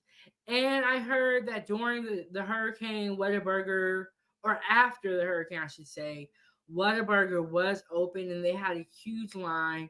I was trying to get a video to show you, but it was not working for the game. Y'all know. Sometimes with the tech, it don't be working out. But hit the like button, subscribe to the YouTube channel, and the sponsor of the show is going to be Blaze. Thank you so much. And if you want to support the channel, keep the stove on, it's going to be $Chefbigbank on Cash App. Let's get back into this video. But I just want to say, CenterPoint should be ashamed of themselves. And of course, they had to release a map because the Whataburger app was showing them up. How you got a food place out here doing your job? And I have heard that there has been a hard time getting the help that is needed to Houston during these times. Now, like I said, everything here is alleged. I read the disclaimer to y'all in the beginning of the show. Fair use, fair use. I'm just reporting what I heard. I said, that's it, Foodie Gang. Look, go look at what I said and y'all vet it yourself. Do y'all due diligence. I'm just telling y'all what they say. Unprepared for this particular storm. Now, Category 1 hurricane is still a hurricane, so there will be some damage, but it's not like this is for Houston's first hurricane. They have gone through several before, and it hasn't quite been this bad. They should at least have some resiliency. Now, this storm did shift a little bit more north and eastward than was predicted. However, since it left the Yucatan Peninsula, it was consistently said that this has a potential of hitting the Houston area. It does seem like this storm caught Centerpoint and the government of Texas as a whole flat-footed. You see, the governor of Texas isn't in Asia, and the lieutenant governor wasn't answering his phone and would not request a disaster declaration from the federal government. Now, for you to go MIA when there's a storm, I just want to say that is very trifling, because these politicians love to be on camera when it's time to run and get reelected. They everywhere then. And now something like this happens and you want to hide your face? You want to not answer the phone? Now, maybe he didn't have power. Maybe he didn't charge his phone. And that's exactly why he needs to do this. He needs to hit the like button and subscribe to the YouTube channel and watch this video where we talked about how you need to charge your phone before the storm hit and how to food prep so that you can make sure that you're not wasting money and your family is safe and is able to eat and have plenty of water to drink. Now, there you have it. The power company, I don't know what they're doing. The power company is fighting with the workers. They don't want to pay them. I think he said the governor not answering the phone. So, it's not okay. You know what I'm saying? Like, when y'all want to run, y'all want to be everywhere, y'all want to be doing this and doing that. But when we actually need y'all, it's time to hold you accountable, you ain't nowhere to be found. You're not answering the phone.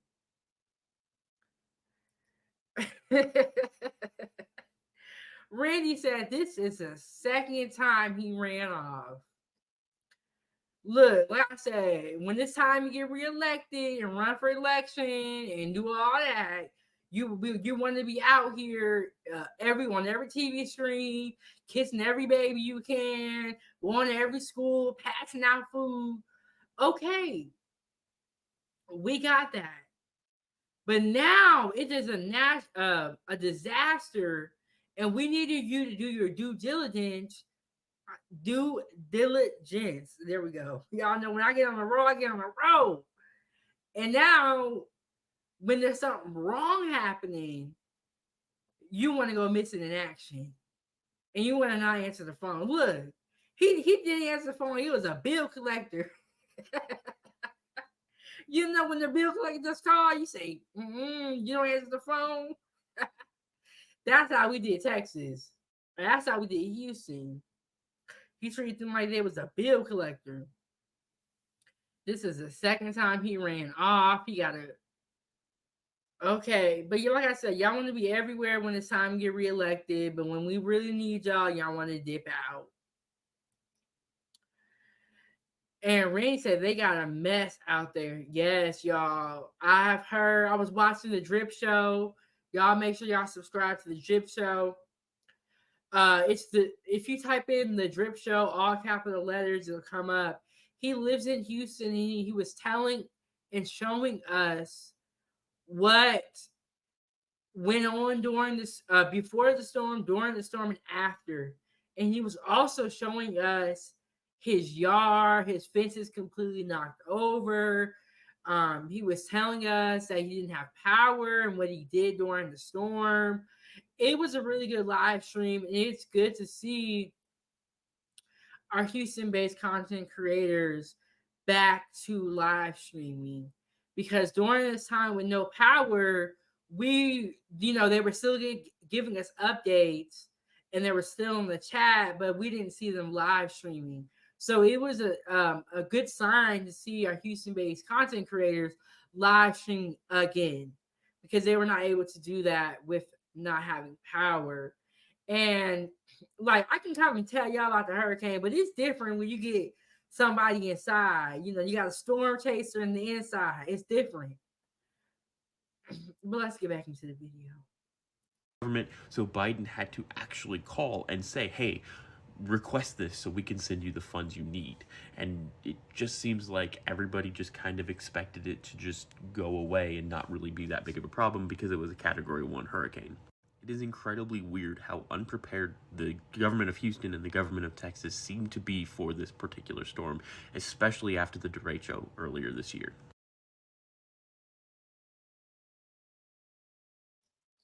Wow. So there you have it. Everybody ran off. They weren't prepared. They were trying to hide their face. Miss Holistic says, shaking my head. We are going to play that video one more time, see if we missed anything. So here we go, y'all. Let's go, Foodie Gang. Hit the like button, subscribe to the YouTube channel. So they were using Whataburger during the storm, or after the storm, I should say, and during, I believe, to attract the power outages because the power companies dropped the ball. Houston is going through a lot. And, once you have these hurricanes or storms, it is the aftermath that can be devastating as well. So you want to make sure that you are having the proper food prep. You got your canned goods, your canned meats. You got a couple of snacks, charge your phone, get water, get a first aid kit. Now, as Hurricane Beryl made landfall as a Category 1 hurricane on Monday, July 8th, it knocked out power for well over 1 million people in the Houston metro. Now, the vast majority of people in the Houston metro have the same power company, CenterPoint. Now, at the time, CenterPoint did not have a power outage map, so people in Houston had to turn to a different way to figure out if anywhere around them had power. They used the Whataburger app. Now, Whataburger is a restaurant that is open 24 hours, so it never closes. So in order to figure out where there was power and where there was not power, many people throughout Houston realized that they could look at the app of which stores were open and which stores were closed and figure out where in Houston actually had power. Now, after the public outcry of people in Houston having to use the Whataburger app to figure out where there was power in the city, CenterPoint actually did release a map. It's not a great map, but they did release a map. Now, this does beg the question, how was CenterPoint so unprepared for this particular storm? Now, Category 1 hurricane is still a hurricane, so there will be some damage, but it's not like this is for Houston's first hurricane. They have gone through several before, and it hasn't quite been this bad. They should at least have some resiliency. Now, this storm did shift a little bit more north and eastward than was predicted. However, since it left the Yucatan Peninsula, it was consistently said that this has a potential of hitting the Houston area. It does seem like this storm caught CenterPoint and the government of Texas as a whole flat-footed. You see, As living in Texas or living anywhere in the coast, you're used to hurricane season. But when you hear the numbers like Category 2, Category 1, Category 3, and 4, sometimes when we hear Category 1, we don't take it serious. But we have to take into account everything that he stated, that Houston had already had previous storms. They were already, repairing the power grid. And so we have to take those things into account as well. the governor of Texas isn't in Asia, and the lieutenant governor wasn't answering his phone and would not request a disaster declaration from the federal government. So Biden. Wait, so where did he say that the governor was? And he says that they wouldn't declare a natural disaster to get aid from like FEMA. So sometimes, Foodie Gang, when something is going on, those states have to declare emergency, or I forgot what he called it. Let me see what he says it's called. Caught CenterPoint and the government of Texas as a whole flat-footed. You see, the governor of Texas isn't in Asia, and the lieutenant governor wasn't answering his phone and would not request a disaster declaration from the federal. Oh, he said the governor was in Asia, and like he said, the Houston or the state of Texas would not declare an emergency declaration. When those states declare that, they can then get federal funding, and FEMA can get, or that aid can get released to go help that state, but they have to declare it first. And in this case, it wasn't declared. I don't really understand why. I don't get what was going on. And I think it's real convenient that the governor was in Asia. Let me go back a little bit. Listen to that part again. Real convenient. We got a storm coming and you going overseas. I'm not saying that he is or ain't running. I'm just saying. I'm just stating the facts, Foodie Gang. I'm stating the facts. said that this has a potential of hitting the Houston area. It does seem like this storm caught center point and the government of Texas as a whole flat-footed. You see, the governor of Texas isn't in Asia, and the lieutenant governor wasn't answering his phone and would not request a disaster declaration from the federal government. So by Okay, disaster declaration from the federal government so federal funds can be released. And he stated that the lieutenant governor was not answering the phone. Bro, what are you doing right now? What are you doing? I don't get it. Like, you are the lieutenant governor, and there is a hurricane that just passed through here, and you're not answering the phone. And even if you're not answering the phone, shouldn't you be like driving somewhere to meet the rest of the people in the government or something? But it's like, what are you doing right now? Y'all, I don't know what he was doing, but the fact that when he did come to and did show his face, he didn't declare what he needed to declare so that Houston could get the federal funding. And somebody else had to tell him to do it. It's like, if you don't want to be okay, I got Trey Furr down there. Oh my goodness. Hold on, Trey. Trey, what's going on? My bad. I saw Trey down there waving his arms. How you doing? My bad, Trey. You know, when I get going, I be going. No, that's why I tuned in. You know, I heard you talking about down in Texas.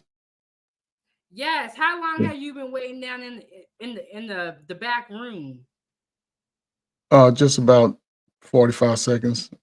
Okay. Now, if you were gonna say 5 minutes, I was gonna say, Trey, I'm so sorry, but it was only a little bit. How are you doing, Trey? I'm okay. It's been a nice day. The weather's been pretty nice, you know, for the last couple of weeks. So went to a little basketball game. It's called the Dirt Bowl, but it's played in a community park with all the black folk, and everybody's out there just playing ball, and they got on the shorts and barbecuing, playing cornhole, just people looking good outside. It just give me a chance to get a little bit more tan in me. It's about as tan as I'm gonna get. You know what? You do look a little bit tan. And Trey Furr also has a great YouTube channel. He was up there yesterday talking about parenthood. And I'm glad that you dropped that live stream, Trey. And Appreciate you. I appreciate you. It's crazy out here.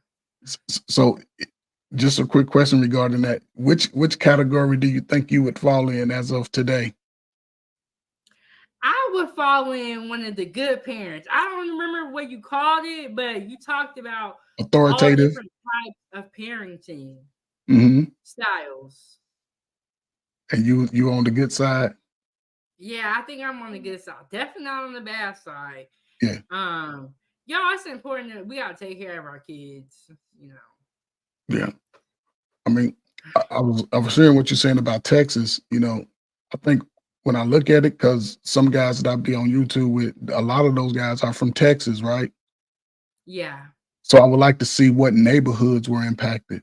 If it was the HOA fee neighborhood and, the lighted complexion, the Caucasian, 5% black, because the lieutenant governor has the authority in emergency situations like that. They have that authority. So it doesn't have to wait till you come off your vacation and take, you know what I'm saying? It doesn't have to wait. Because they have mass communication. Remember, it's all digital communication, so they get real-time communication. Believe me, when he was on vacation and that hurricane came through, guess what? His whole phone lit up, computers, everything lit up. Because remember, he got some Secret Service, so he got the communications crew together. So he's direct line. He got one of them satellite phones that don't even need to dial. You just punch a button. Hey, what's going on? So yeah. And Trey, you bring up a good point. It's like you're getting digital notifications. You know what's going on. So they acted like they didn't know what was up. That's how they do. those are signals I think we overlook. But when you pay attention to it, I just hope that because I saw some guys they showed their properties tore up. I just hope that they filed the proper paperwork. See, they want them to put it on their home insurance. That's what they do. That's the trick bag. Because the federal government once it should automatically be declared in extreme situations. Any type of hurricane, tornado, things like that, earthquake, just automatically do it because they have the ability to do it. They just want you to spend more fucking money. Okay, Trey. Okay, Trey. I know you be cursing, but try not to curse. Oh, I'm sorry. Yeah, But I'm sorry. Trey, you I doing do all want to right though. apologize. I Oh, apologize. it's okay, Trey. I know how you be talking. I do like when you come up because you have such a great perspective about everything. And the drip show was showing his backyard and his whole fence was like completely down. There was a person that had their shed knocked down. So you're stating that what they want them to do instead of giving them like federal assistance right off the bat, they want them to put it on their home insurance or Hmm. homeowners insurance. Yes, yes, because you have to have homeowners insured or insurance. That's automatic. There's no getting around that. So that's it within your mortgage. So when you pay it, you file a claim on it. Let's just say you got $25,000, $30,000 worth of damage. They paid that out.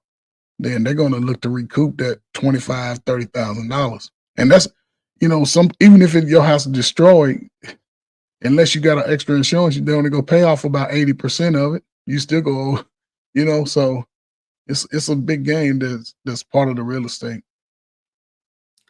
Yeah, that makes a lot of sense. And I heard a couple of different theories about why Houston did not receive or the aid on time.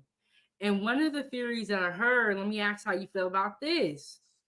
They were saying that Texas is kind of being punished. This is all allegedly, Foodie Gang, that Texas is being punished for its political views, and that's why they have not received assistance from the federal government.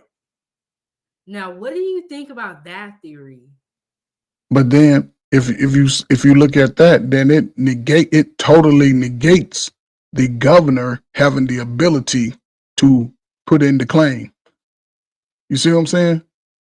Oh yes, I See what I'm get what you're saying? saying. You're saying even if that is true, the governor can still ask for help. He got to submit the document because it's all documentation. He can't just say, "Hey, I want to get these funds." They assess the situation. That's what they do. That's what FEMA do. They come and say, "Okay, it's damage." They had already assessed the situation. Now, what neighborhood did it hit? See, you got to look at the whole big picture. So, okay, it didn't hit them good folks' houses. It didn't hit them. So, Ooh. so now you take the common working man. This is a way to keep you struggling. You take the common working man, whatever equity he got built up in his house is basically gone if his house was damaged. Luckily, it wasn't a lot of damage. It was a little small. You know what I'm saying? It wasn't a lot of houses. From what I heard, it wasn't major coming through those neighborhoods, right? So, and you already don't have a basement, so hopefully your house got a good runoff, so the water just get away from it because it's coming with a lot of water. If you got some chairs blown over, like a little shed, you like, ooh, thank Lord. But you still got your house. You can still go to bed. You know what I'm saying? So you ain't totally in the hole. But when you got to start putting stuff on your home insurance, just like your car insurance, it's like an accident for your house. Even though it's out of your control, you pay it so they can recoup, so you can get your shed built because that's all they'll give you enough for. Ain't gonna give you no extra money. But now the equity, you know what I'm saying, it sort of plays into how you pay it. Make sure you up on your house note. You only really come out if you on if you up on your house note. So, but he could have filed it. He could have claimed, he could have did it from where he was on vacation. Yeah, man, go ahead and do that. I'll be home in 3 days. And they'd have signed Yeah, off on the paperwork. I definitely agree with everything you're saying. It's like, but that's an interesting point. I don't know which neighborhoods in Houston were affected, but let me ask you this, Trey. How do you feel about, I don't know how long you've been watching for, but during the power outage and after, when they had the power out, they were using the Whataburger restaurant food app to track where the power outages were, because Centerpoint, the power company, didn't have a grid that was up to date. See, come on now. You pay one of the largest utility bills you have in your home is your electricity bill. Now, how in the hell you paying all that and they don't even have enough power in the grid to power your home? Think about it. Think about it. You look at out of all your utilities, which one is the largest? You are absolutely right. It is your electric Electricity. bill. And you mean tell me y'all ain't and this is where I get frustrated down the summer because I look at it from a man and a black man. They're not training these young boys to get down here and work in these positions. They're just not training them. And that hurts America because I think beyond, the small, I think within America itself. That's how I think, you know. I just wish that something like this, you just go ahead and claim the national disaster, get the FEMA And funds, be done with it. and be done with it, and get voted back in office. That's it. I couldn't be in those positions because everything I got to do for the people, I'm gonna make sure they got everything they need before I take anything off the top. Randy said, "This is ridiculous." It's almost like Man, Hurricane Katrina on a smaller scale. yeah, See, it's kind of up there. And let me ask you this, Trey: do you feel like it was kind of shady or kind of convenient of the governor to go on vacation to Asia? While this hurricane was coming, well, and after they've already had 2 previous hurricanes, and they're struggling already. what 907? Just make it clear. And when you say feel, like feel is never in my question, in my answer. How I feel about it, it's never in it. It's my opinion or what I know from it. Just know that. So just based on that, of course. Now, everybody sees the hurricane coming a week out, 2 weeks out, right? Yeah. So now me, if I'm governor, first thing I'm gonna say, look, I have a vacation schedule. I'm gonna let the people know. It's been my family, we go here every summer, this time of year. I would advise everybody to get the hell out of Dodge. If you can leave, go somewhere relative, get out of the city. Just go. Because I'm gonna be on vacation. Now, if I'm on vacation, listen, something happened. Lieutenant Governor Jones right here, he gonna be the man y'all talk to. And he gonna call me and I'm gonna confirm it because he gonna assess the situation. They they go out and look at the neighborhood. And they looking at the neighborhoods like, oh, okay. It's saying we can wait a little bit. Go ahead and get on your vacation. Because they could have communicated that. And he can track it. Understand, he has the technology to work it. They can still track it regardless of what he had. So, it's just, I don't know. At this point, everybody need help. Just do the job that you was assigned to do. That's how I feel about it. I know it shouldn't be that hard, but Trey, I'm gonna play the rest of this video. He's gonna talk about the governor and the lieutenant governor, and after that, we will respond to the video. Hurricane, so there will be some damage, but it's not like this is for Houston's first hurricane. They have gone through several before, and it hasn't quite been this bad. They should at least have some resiliency. Now, this storm did shift a little bit more north and eastward than was predicted. However, since it left the Yucatan Peninsula, it was consistently said that this has a potential of hitting the Houston area. It does seem like this storm caught Centerpoint and the government of Texas as a whole flat-footed. You see, the governor of Texas isn't in Asia, and the lieutenant governor wasn't answering his phone and would not request a disaster declaration from the federal government, so Biden had to actually call and say, hey, request this so we can send you the funds you need. And it just seems like everybody just kind of expected it to just go away and not really be that big of a problem because it was a Category 1 hurricane. It is incredibly weird how unprepared the government of Houston and the government of Texas seem to be for this particular storm, especially after the derecho earlier this year. So Trey, he said it was kind of devastating. So the lieutenant governor, he went MIA. The governor is on vacation. He's in Asia. Biden had to call the lieutenant governor and was like, declare a disaster so we can help y'all. 907. You missed the most important critical piece of evidence What I missed, right? Tell me. that they didn't give a damn about the neighborhood that it hit. What did the lieutenant governor do? That motherfucker, he didn't even answer his phone after multiple calls. Come on now. Why don't you answer your phone?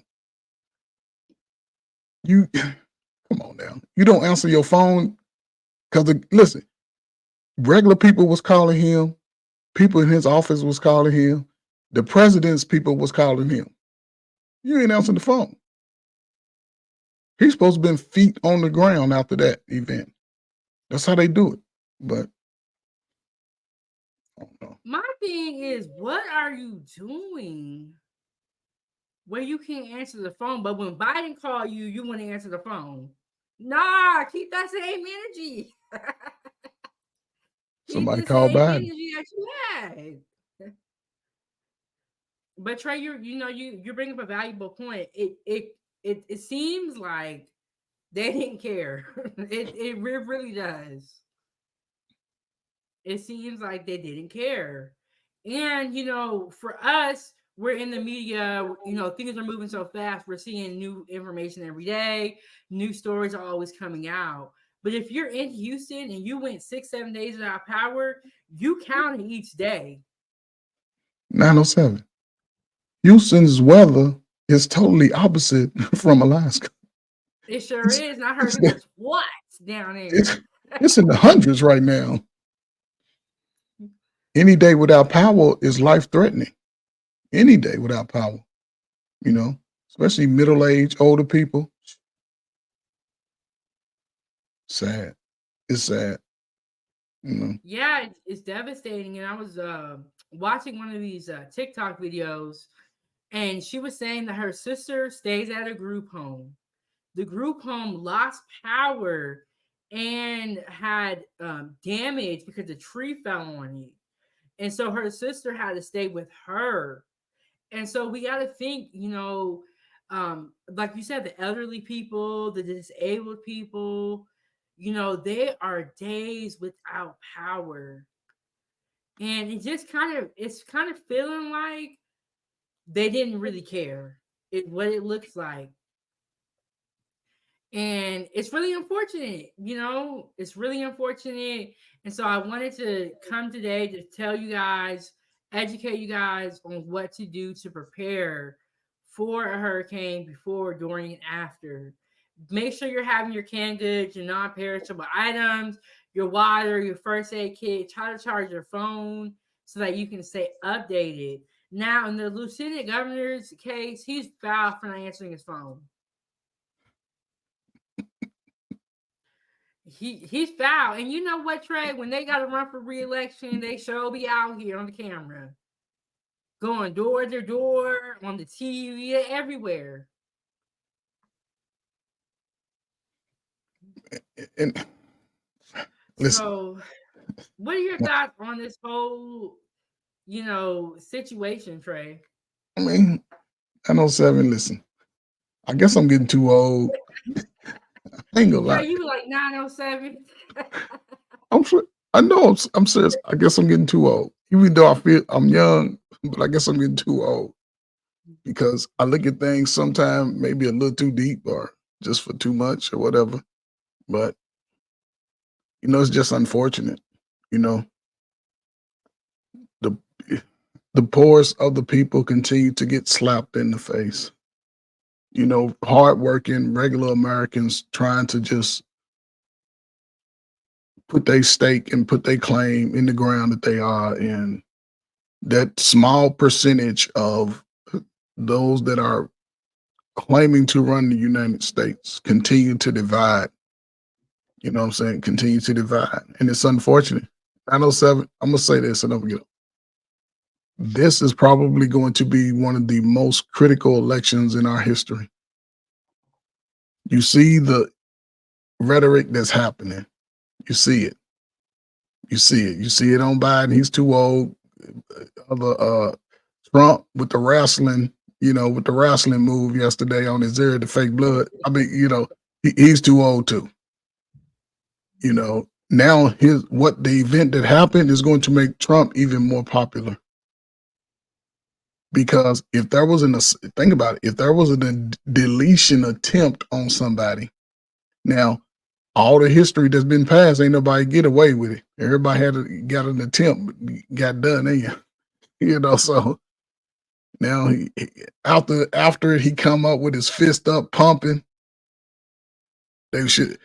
I mean, it doesn't make sense. It doesn't make sense.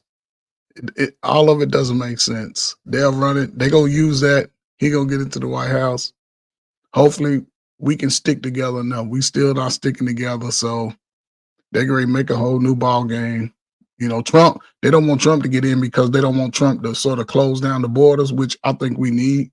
But with the Biden administration, if he gets in office, Kamala could probably be president at some point. They're going to feminize almost every boy under the age of 13 for the rest of the history of your life. Watch what I'm telling you. A lot of young women like your daughter. I pray for my son. Your daughter's younger than him. I pray that she listens to your guidance and just, because what they doing are the narratives that they trying to push on the poor Black people, because we still arguing and fighting. Because a hurricane like this come through your city and you making out of it, you're supposed to try to forgive people and work it out. Find you a man, be like, oh, nigga, you gonna come over here and put some wood on these windows or something. I'm gonna give you some 907 good eats. Yeah. But I don't know, man. I'm just happy. Yeah. I used to see a lot of this stuff. I didn't think it would be this bad. When I went to the service and got out of the country and started being able to look back in America, I was like, damn, we're gonna be messed up.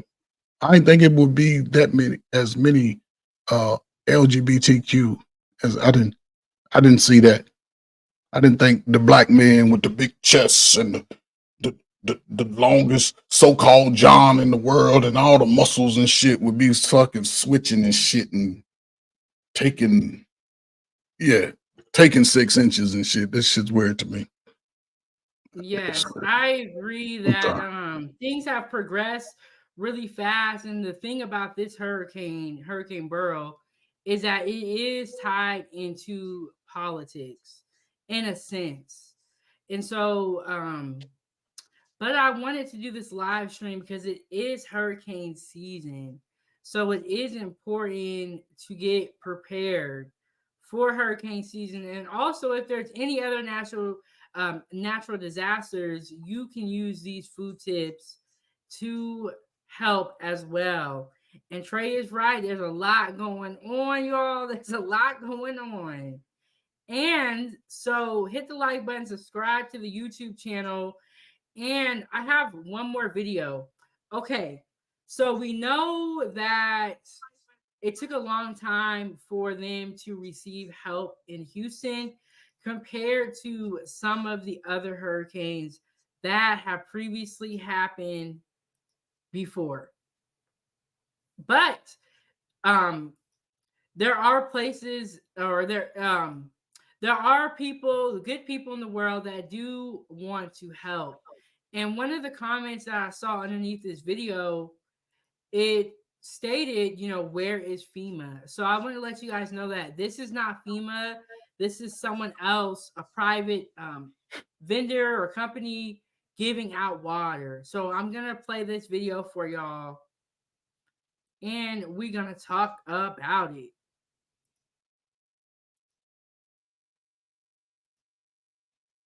Okay. So here we go. 11 News, and I just want to let folks at home know of a distribution center that's happening right now for food. I want you to take a look at this. This is at the Bayland Park Community Center. They're actually distributing food this morning. Today is Wednesday, and they're going to be doing it starting at 11 a.m. They have some waters here. They're going to have some snacks, some different kind of foods, drinks, and they're doing this in partnership with HEB as well as the Houston Food Bank. This is Commissioner Leslie Briones' office is doing this for this community right here. Obviously, a lot of people going through something right now after Beryl just kind of swept through the Houston area. So folks right now are getting ready. It starts at 11 a.m. And although they plan to feed as many people as possible, it really is first come, first serve. They're preparing these bags here. You can see they have the HEB logo right over here. And if you don't make it today, because again, it starts at 11 and it is first come, first serve, you can come in a vehicle and you can walk up as well. That's the good news. So if you don't have a vehicle and you're close by, again, the Bayland Community Center, you can come, just walk up, try to get your goodie bag for your food. They're planning on feeding a few hundred families. Again, if you don't make it today, they're going to be doing this again tomorrow, Thursday, and Friday. Again, it starts at 11 a.m. And then right next door, there is the Bayland Community Center, which is used as a cooling center. It is just one of several across the city of Houston in our area for those who are still dealing with the heat. People right now are not lined up just yet, but they're going to be lining up quickly because again, they're just preparing this morning. But for those who also still don't have power, like the more than 1 million customers, you have this community center as a cooling center, several more as well. And we have all of that on our website, khou.com, where you can find the list of cooling centers, the addresses, and the times that they're open. I think most of us without power right now are hoping that our power comes back soon. But in the meantime, you can check those locations out. Come out here, grab some food if you can make it today, if not, again, tomorrow and Friday. And then lastly, we also have some tips on our website for those of you who are at home with no AC, no electricity right now, some ways to stay cool and to not get too hot. But again, here are just some of the things that they have. So make sure you go to khou.com.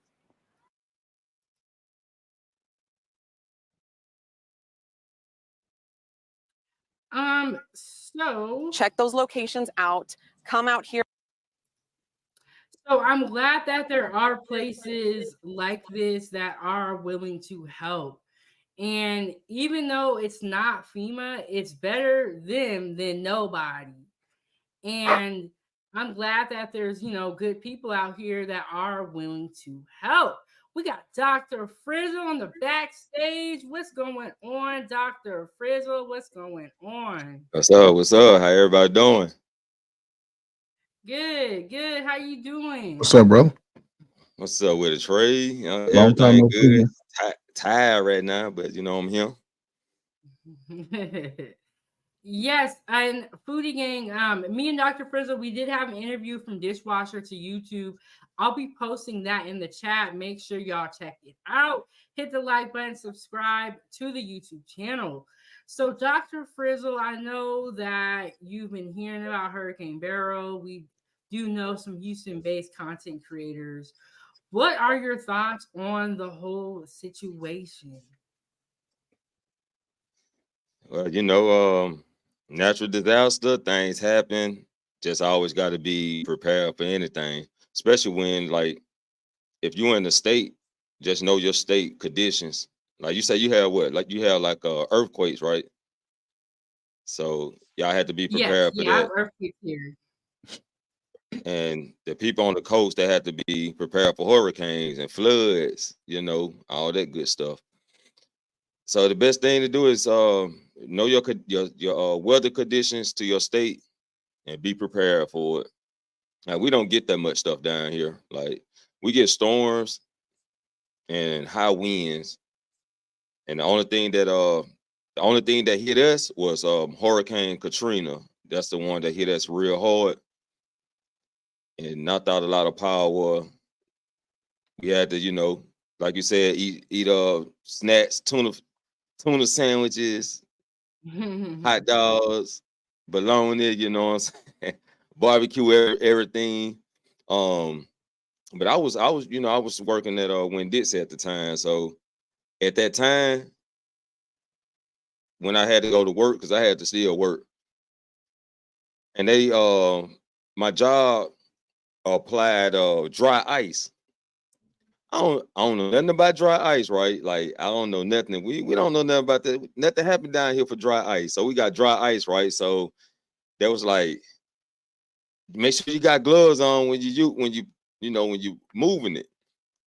And me being me, hard head, you know what I'm saying, man. You know what they talking. So I picked the block up, fingers got stuck to the ice, and it was real cold, like it burns.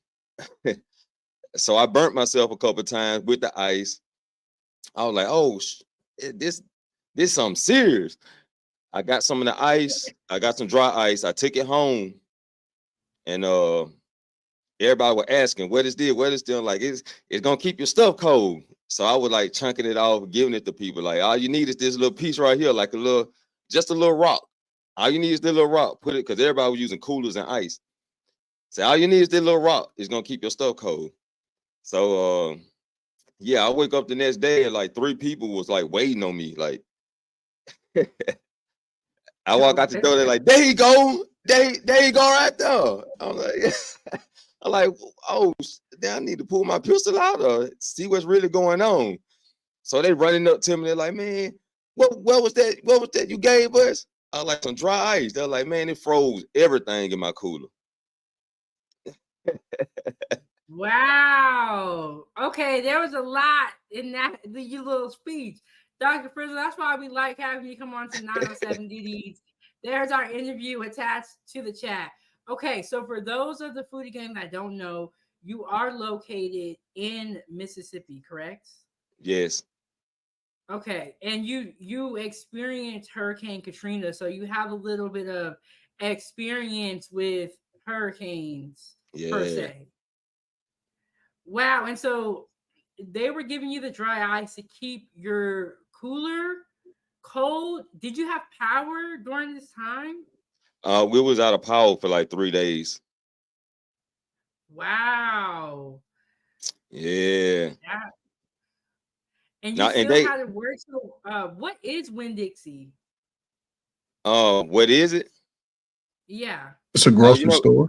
Yeah, it's Walmart competition.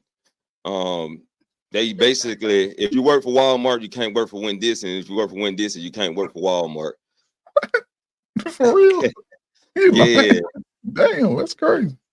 Yeah, so they competition, right? They like the biggest competition in my state. So, well, we got all these new stuff coming up, so it may change. But yeah, it was well, actually I took the dry ice. I just actually took it to my car and put it in some plastic and took it home. Because we had plenty of it, but I didn't know what it was,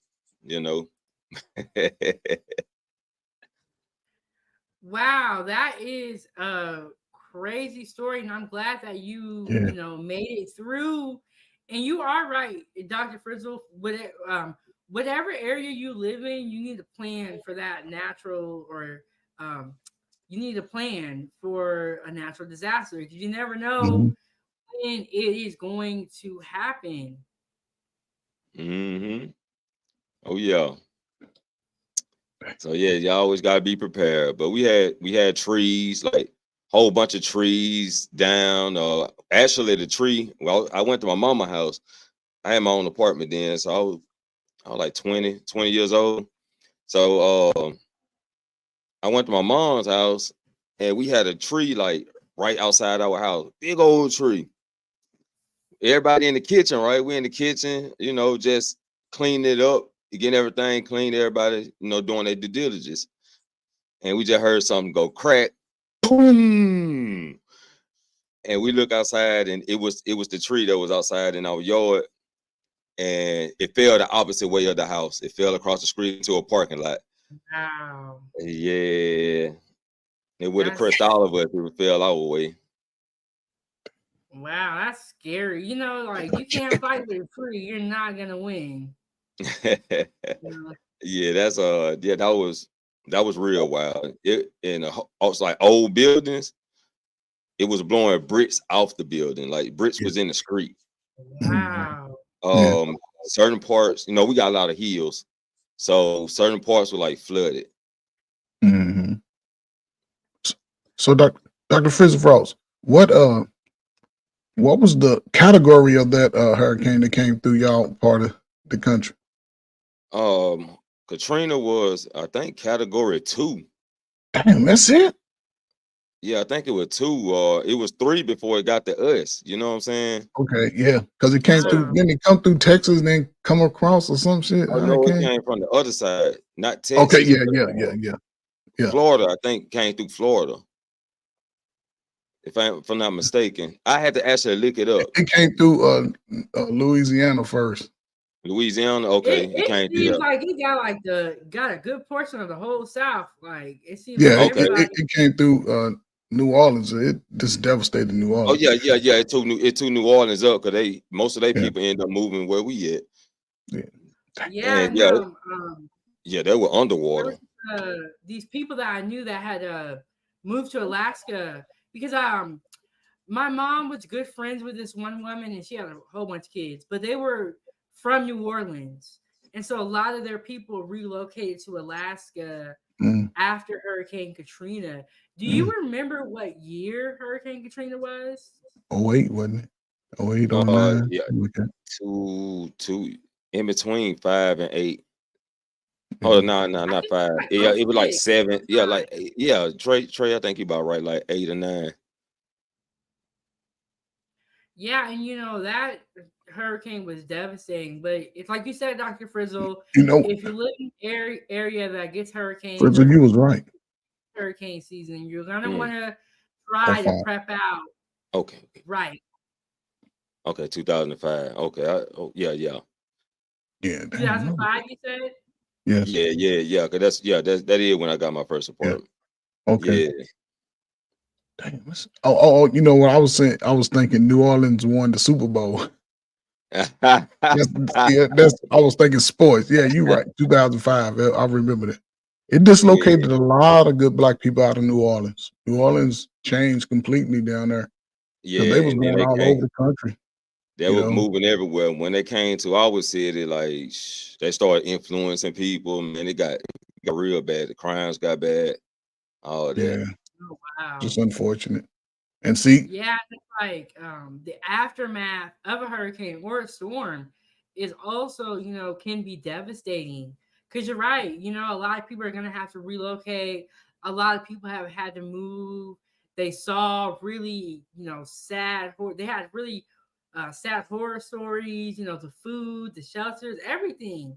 All that can be very traumatic. yes, Yes. in 907, Katrina was a double version of what we got in Houston. It maybe triple. Katrina was really bad. It devastated the whole. It's like the whole section of the whole little fucking city was gone, and it's just unfortunate. So, and they delayed the FEMA. Remember, they delayed it. The president delayed it. People, see? That theme or something else. Yeah, and so I don't know how long you've been watching for Dr. Frizzle, but before you came up, I played a video where they were giving out water in Houston, but it wasn't FEMA giving out the water. It was a couple of different organizations, and I think the commissioner giving out water, food, and snacks, and also offering a cooling center for those people that were still without power. Yeah, because And Texas hot. It's hot in Texas. Like, like it was hot in my area, but it don't get as hot in my area than it do like Texas, So, and you said it was like companies, people donating water and all that. yeah, it was the commissioner, and I think they said HGTV, which is the TV, the channel that like build houses and stuff.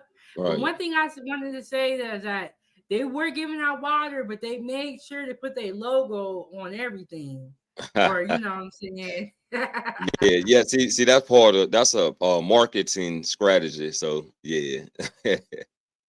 Yeah, it was kind of looking kind of like, okay, Yeah, they probably getting a tax write-off from it.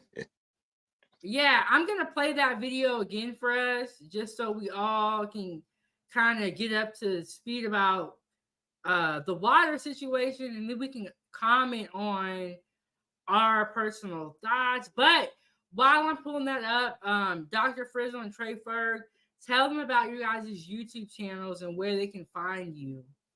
I'll let you go first, Dr. Frizzle. Okay, you can find me at Dr. Frizzle Frost, a Warrior Spirit on YouTube.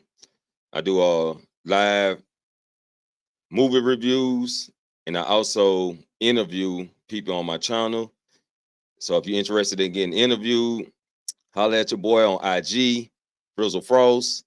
Or if you're interested in movies, you like to hear the breakdowns of movies, I break them down. You know, I dissect that thing, man. You know what I'm saying? And yeah, man, and other topics about reality.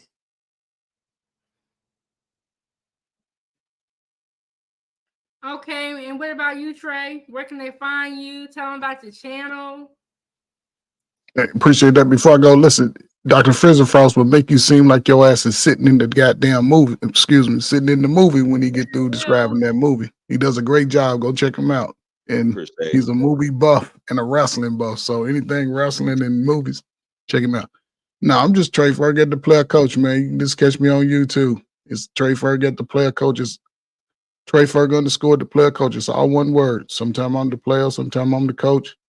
You know, I'm just different pace. I'm just looking for my lane, trying to find, you know, a good space, providing some information just to help us be better. You know, we all got the opportunity. I'm just slowly grinding it. You know, I don't know, I'm retired, so I'm gonna figure it out. Guess I'm gonna be traveling to the city nearest you. But yeah, just come check me out. I say I'm gonna do something one day, but then I sleep in. So I just signed up for my channel, man. It's the only channel I got. Well, I'm on Instagram, but I don't really post nothing. So come check me out. Trey Ferg, the player coach. Hang out. Yes, and y'all make sure y'all subscribe to both of the channels. If you guys could post your channel links in the comments, or Randy, if anybody got time. But what I will say is, Trey, I'm glad you got onto YouTube to spread information and knowledge. And Dr. Frizzle also has a whole lot going on, and he does really great movie reviews. So subscribe to their YouTube channels. So I was just reading the comments on this video, and let me get your thoughts on this. Somebody said, where is FEMA? Where is the National Guard? Because these were private organization and the commissioner. Now, Trey, I'm going to let you go. Where is FEMA? Where is the National Guard? FEMA's on vacation. The National Guard, all of that falls under the governor. And in this organization's sort of, I don't know, not defense, but you know, a lot of perishable products have a shelf life. See what I'm saying? So if they have that supply and the shelf life is close to expiring, that's a great thing that they did. Get it out there to the people, let the people consume it. It won't sit on the shelf. That's what it's for. That's why they have it. Now, the problem is all of that inventory that they don't have enough people working there. They're not going to be ready by 11 o'clock. That takes a team of multiple people. You know, it seemed like, I think the sister was the head of the organization in that location. You see, she was over there working. So I think, you know, it's a great thing. I just hope that the people are patient and allow the people who are working, because that should have been a full crew out there. But it's just, you know, but giving that stuff away, if they have the overstock, you know, they have the supply, it's best to get it off your shelf so you can get some new supply in. And that's where the government has to automatically restock the organization. And the organization should request the new products to come in. So 2 or 3 years down the road, we have another incident, they have a supply. But now this is where voters got to wake up a little bit. When events like these happen, the community, who all homeowners, have to come together, regardless of race. They have to come together and go push. Now's a good time to be going knocking on the governor's door. Be like, we don't know about you getting back in, bro. It's over. But you know, if you want to I don't know. I'm sorry.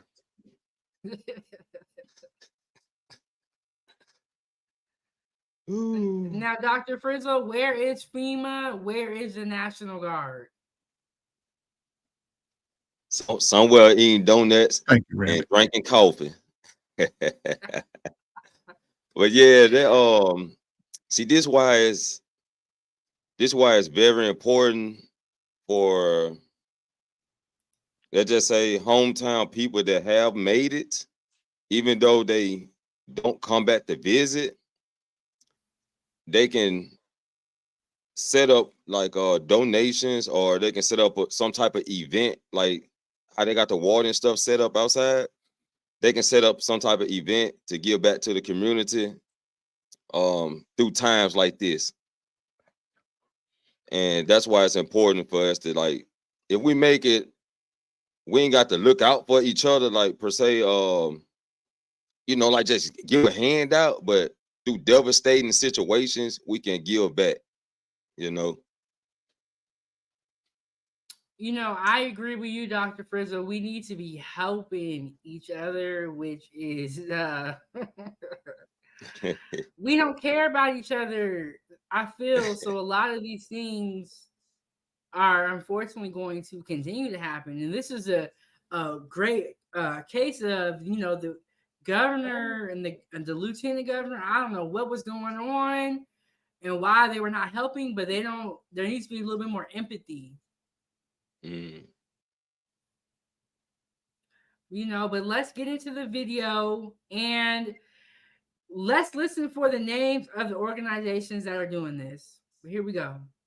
Aguilera with KHOU 11 News, and I just want to let folks at home know of a distribution center that's happening right now for food. I want you to take a look at this. This is at the Bayland Park Community Center. They're actually distributing food this morning. Today is Wednesday, and they're going to be doing it starting at 11 a.m. They have some waters here. They're going to have some snacks, some different kind of foods, drinks, and they're doing this in partnership with HEB as well as the Houston Food Bank. This is Commissioner Leslie Briones' office is doing this for this community right here. Obviously, a lot of people going through something right now after Beryl just kind of swept through the Houston area. So folks right now are getting ready. It starts at 11 a.m. And although they plan to feed as many people as possible, it really is first come, first serve. They're preparing these bags here. You can see they have the HEB logo right over here. And if you don't make it today, because again, it starts at 11 and it is first come, first serve, you can come in a vehicle and you can walk up as well. That's the good news. So if you don't have a vehicle and you're close by, again, the Bayland Community Center, you can come, just walk up, try to get your goodie bag for your food. They're planning on feeding a few hundred families.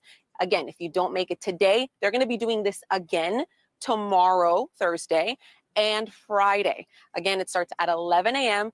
And then right next door, there is the Bayland Community Center, which is used as a cooling center. It is just one of several across the city of Houston in our area for those who are still dealing with the heat. People right now are not lined up just yet, but they're going to be lining up quickly because again, they're just preparing this morning. But for those who also still don't have power, like the more than 1 million customers, you have this community center as a cooling center, several more as well. And we have all of that on our website, khou.com, where you can find the list of cooling centers, the addresses, and the times that they're open. I think most of us without power right now are hoping that our power comes back soon. But in the meantime, you can check those locations out. Come out here, grab some food if you can make it today, if not, again, tomorrow and Friday. And then lastly, we also have some tips on our website for those of you who are at home with no AC, no electricity right now, some ways to stay cool and to not get too hot. But again, here are just some of the things that they have. So make sure you go to khou.com. So there we have it. It was HGTV and the commissioner's office giving out food, snacks, and water, and also offering a cooling center. So this was not FEMA. This was not the National Guard. It's looking like Houston's kind of on their own. Right. So Trey, let me get your That's thoughts good though. on the video. Well, the video, they was putting up the best effort they could do. I appreciate organizations like that that understand the mission of what they are assigned to do. And you saw the items that they had, like crackers, shelf life, oranges, of course, shelf life, all of those things. They have to get rid of it, and it's best to just give it to the people. It's needed, you know. And I think other organizations should have teamed up. It should have been at least 5 or 6, because a lot of those, it's 5 or 6 organizations like that, maybe more in Houston, Texas, Hurricane Alley. I guarantee. But again, who's affected by these things? If it's the melanated people, the effort ain't as much, and we don't fight for it either. Well, it's just unfortunate at those times. Like for instance, race shouldn't have nothing to do with who's going to get the supply needed. That's a commissioner, it's an organization. Where's the state? Where's the governor? Where's the lieutenant governor? So I don't know. Like Frieza said, man, just prepare yourself. Prepare yourself. You have to listen to the signs. When you hear that fucking siren, get in the closet, get your ass in the basement, turn your TV off, turn all your power off, and just hope and pray that when it's time to hit that light switch, everything come back on. Other than that, you make sure you grab you know where your important stuff is. Forget all your little fake clothes. Worry about your important documents. So I don't know. So it's just sad that America is treating the common man and woman like they don't give a damn. So Yes, and these are the links to Trey Ferg, the player coach, and Dr. Frizzle Frost. And Dr. Frizzle Frost, let me get your thoughts on the video. I'm with Trey Ferg on that. It's what they doing is a good thing, but on the other side, they do need more organizations to come together so they can do it as a collective, because they can do it. They got access to do it. So why not do it? And I was thinking about the same thing. Who's been hurt the most from the hurricane? If it's mostly melanated people, then they ain't gonna try as hard. So yeah, man, it's sad, but it's reality. So let's make sure we prepare for the worst. Yes, I completely agree, Foodie Gang. And the way we can prepare is, like I said in the video, canned goods, water, have your phone charged, have flashlights with batteries, and you want to have your first aid kit, get your non-perishable items and your snacks. And if you are an adult, you can get some drinks if you want to, like the couple at Costco. And try your best to prepare. And one thing I will say is I am shocked that if there was more help. I only looked up a little bit, but I am shocked that we didn't see 5 different organizations in that video giving out goods. And like I said, the Drip Show and Ashton Reams are based in Houston. So I was watching the Drip Show and he was giving the inside scoop from Houston what was going on. And a lot of it was unfortunate. Mm-hmm. And so Trey Ferg said, where do most Black people live in Houston? A high number of Blacks have moved to suburban cities or outside Loop 610 of Houston, seeking a more affordable cost of living. He also said, for example, Third Ward went from 71% Black in 2010 to 45% Black in 2020. The white population in Third Ward grew 170% from 2010 to 2020. Like I said, it always goes back to politics and, race, unfortunately, even though it shouldn't, because these are people's lives, at stake.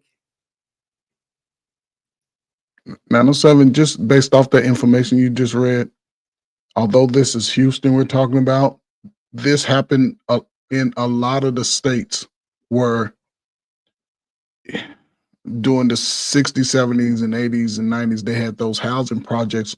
Most of them were close, they were they're very close proximity to downtown areas, maybe less than 2 miles no more than 2 miles at the most. Most of them are within a mile in the major cities, right?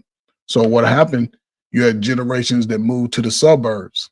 They was buying houses and all that. Those children of younger age, your age and a little younger, they don't want to be in the suburbs trying to come to the city. They want to be in the city. So that's why you got that gentrification. They bringing in modern housing, taking out the projects, and they're shipping people of color out to the suburbs to finish paying for those houses that they started, that the kids grew up in. But they renting these homes, they're not really buying them. So it's just a crazy dynamic because a lot of those inner city housing, they're not there anymore. And it's all over the country. It wasn't just in Houston. It happened all over the country. Everywhere. Every major city, Detroit, Chicago, New York. New York has always been a lot more diverse, but it's the same dynamic. The cost of living, the closer you are to the city, the higher the rates are, regardless of where you are in the country. So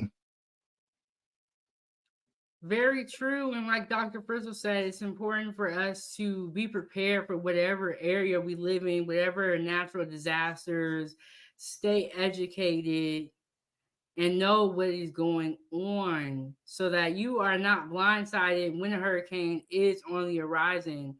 And sometimes when we hear these categories, we kind of downplay the importance.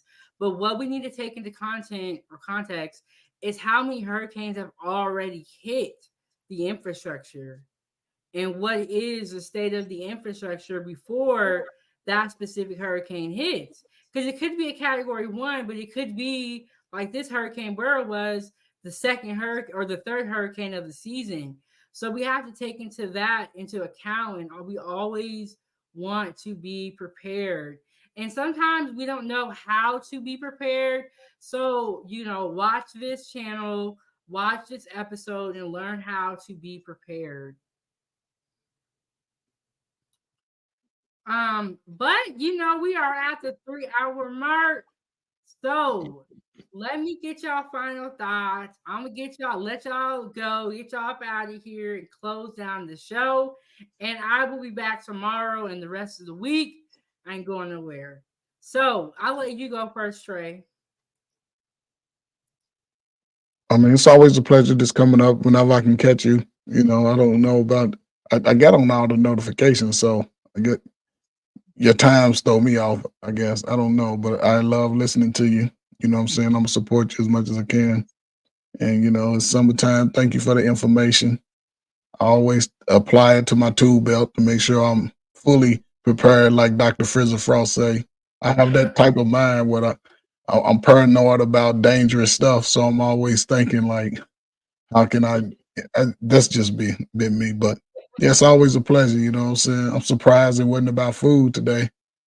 As soon as I saw you, I just popped up like, oh yeah, let me get on here and talk to him. But yeah, I appreciate it. Dr. Frizzle, man, it's always a pleasure, man. Stay strong down there in the SIP, man. Shout out to Mississippi State Bulldogs, class of 2001. We here, Moss Point, Pascagoula, yeah, Van Cleve. I'm on all that. Jackson State. Well, thank you so much, Trey, for coming up. That is his YouTube channel, and I'm gonna go ahead and drop you out, Trey, and get Dr. Frizzle's final thoughts. But thank you so much, Trey. It's always a pleasure. You be having great knowledge. Y'all make sure y'all check out Trey Ferg's YouTube channel. All right, Trey, we'll see you around. 100. All right, and then Dr. Frizzle, let me get your final thoughts on the whole topic we talked about, prepping for hurricanes, what to do.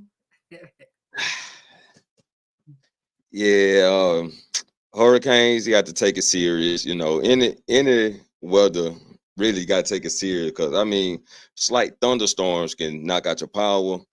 I got candles all around here, and I got a security light that I keep charged up, and it's a LED light, not like it'll blind you now, but it's like it's just that bright, right? And I also use it to check around my house because it's dark. Yeah, so I always be prepared.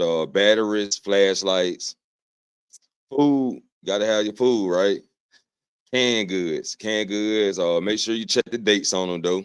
Make sure you, cause that's what I got to do. Like tomorrow, I got to get in my kitchen and check my dates on my canned goods and make sure everything is everything. You know. So yeah, I always be prepared, man. I always be prepared. 907 is a good show. I know I tuned in earlier.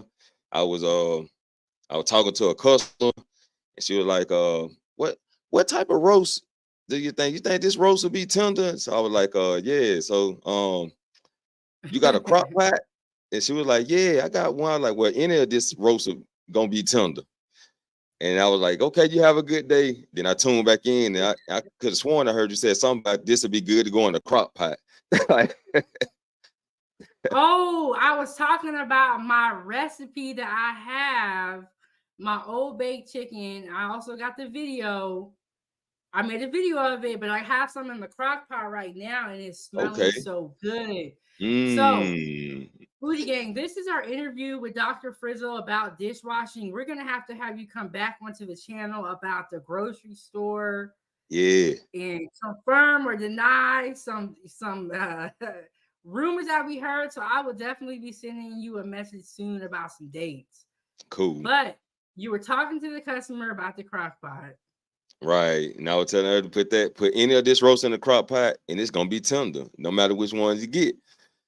And I could have sworn soon I got through talking to her, you said something about crock pot. Like, what's going on here?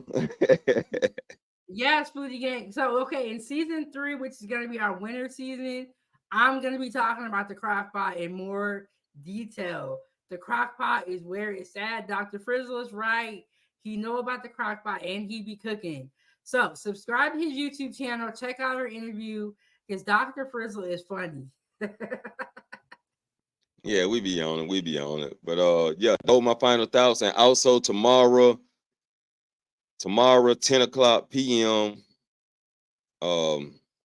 Central Time.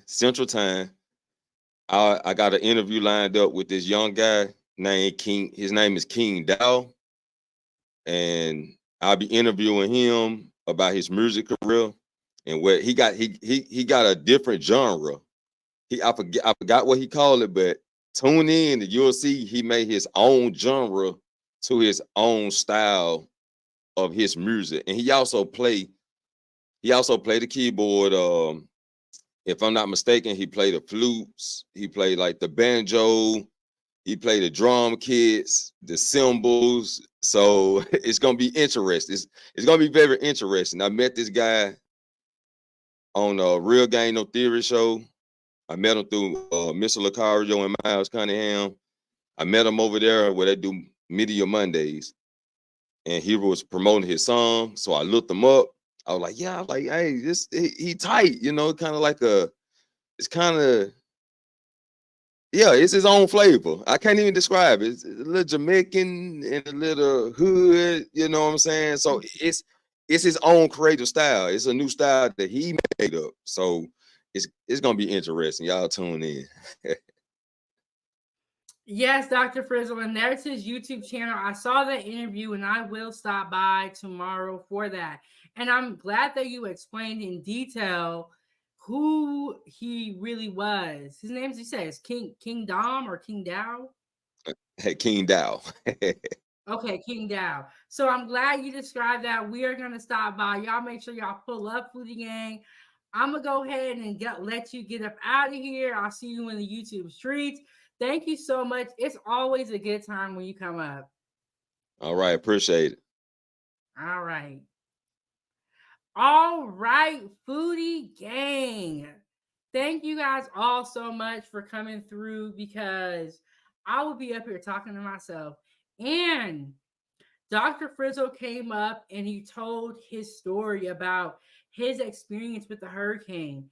I have never myself personally been through one, so I'm glad that he came up and shared his experience about Hurricane Katrina and what he did during those times. And Trey Ferg is always coming through with some great knowledge.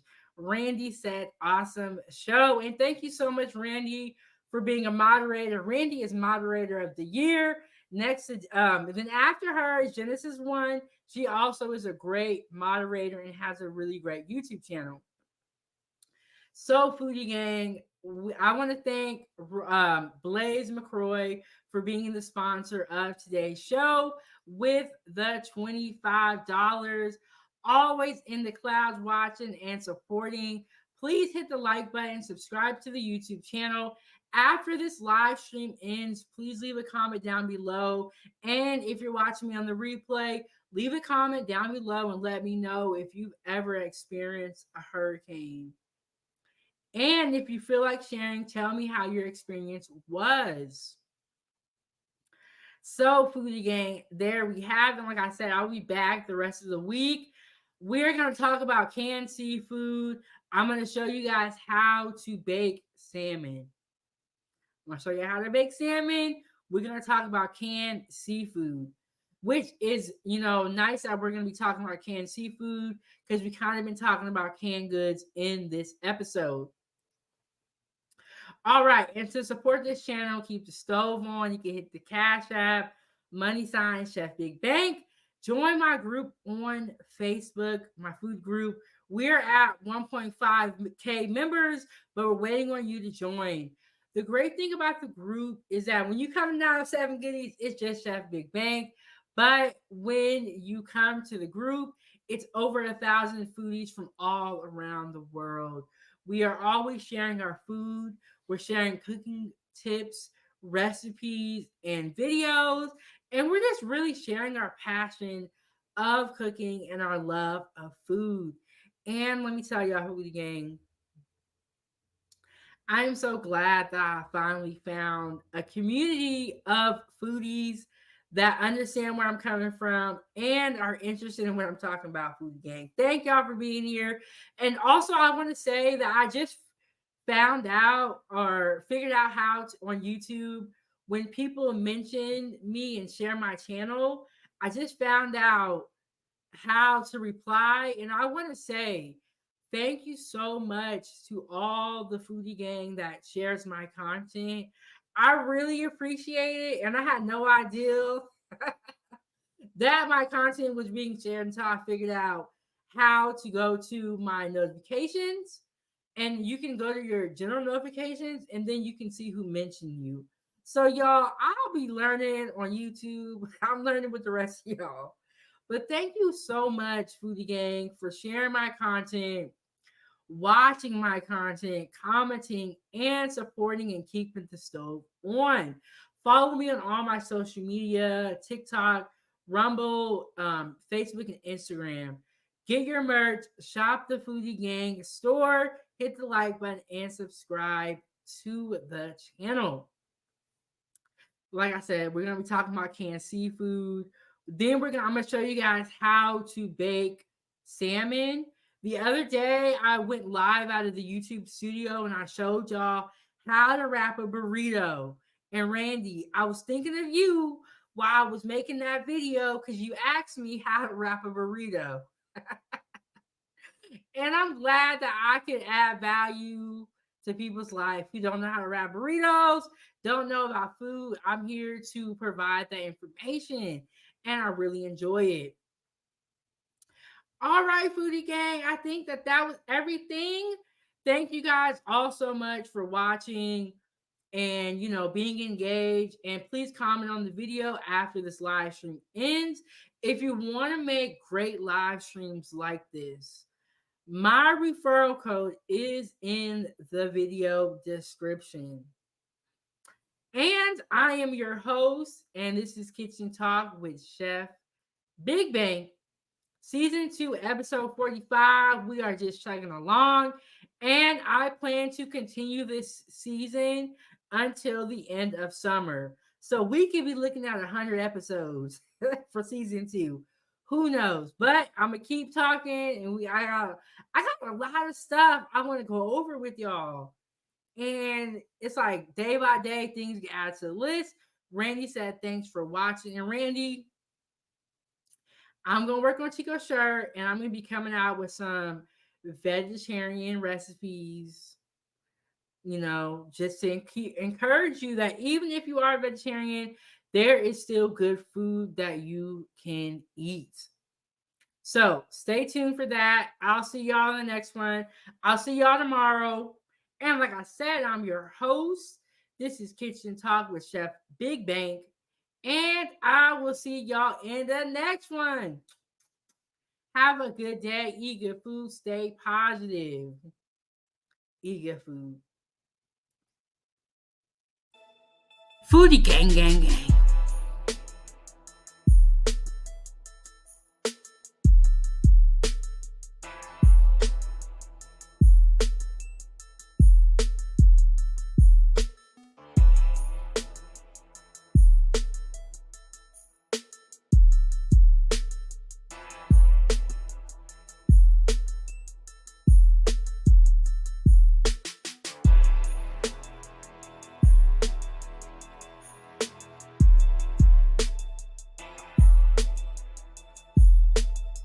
Food gang, gang, gang.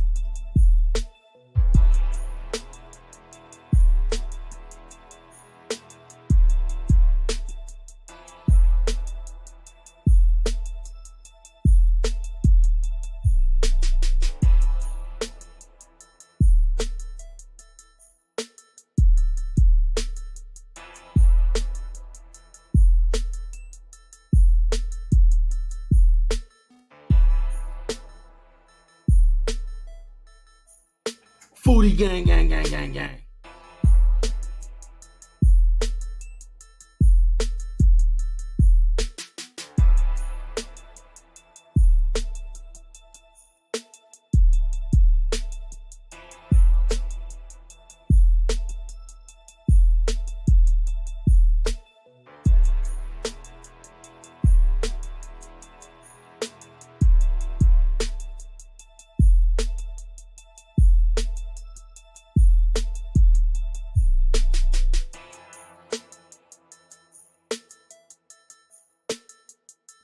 Foodie gang, gang, gang, gang, gang.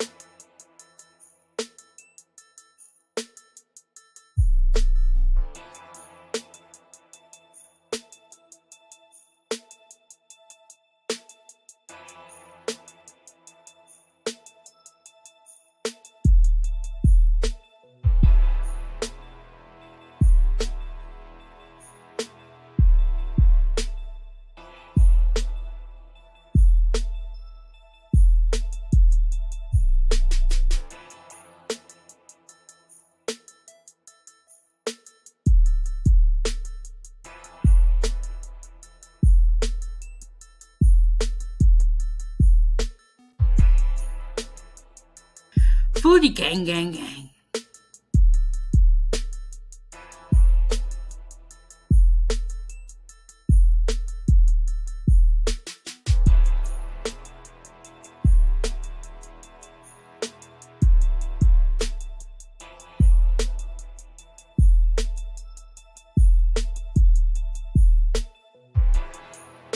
This is Chef Big Bank. Thank you so much for watching at 907 Good Eats.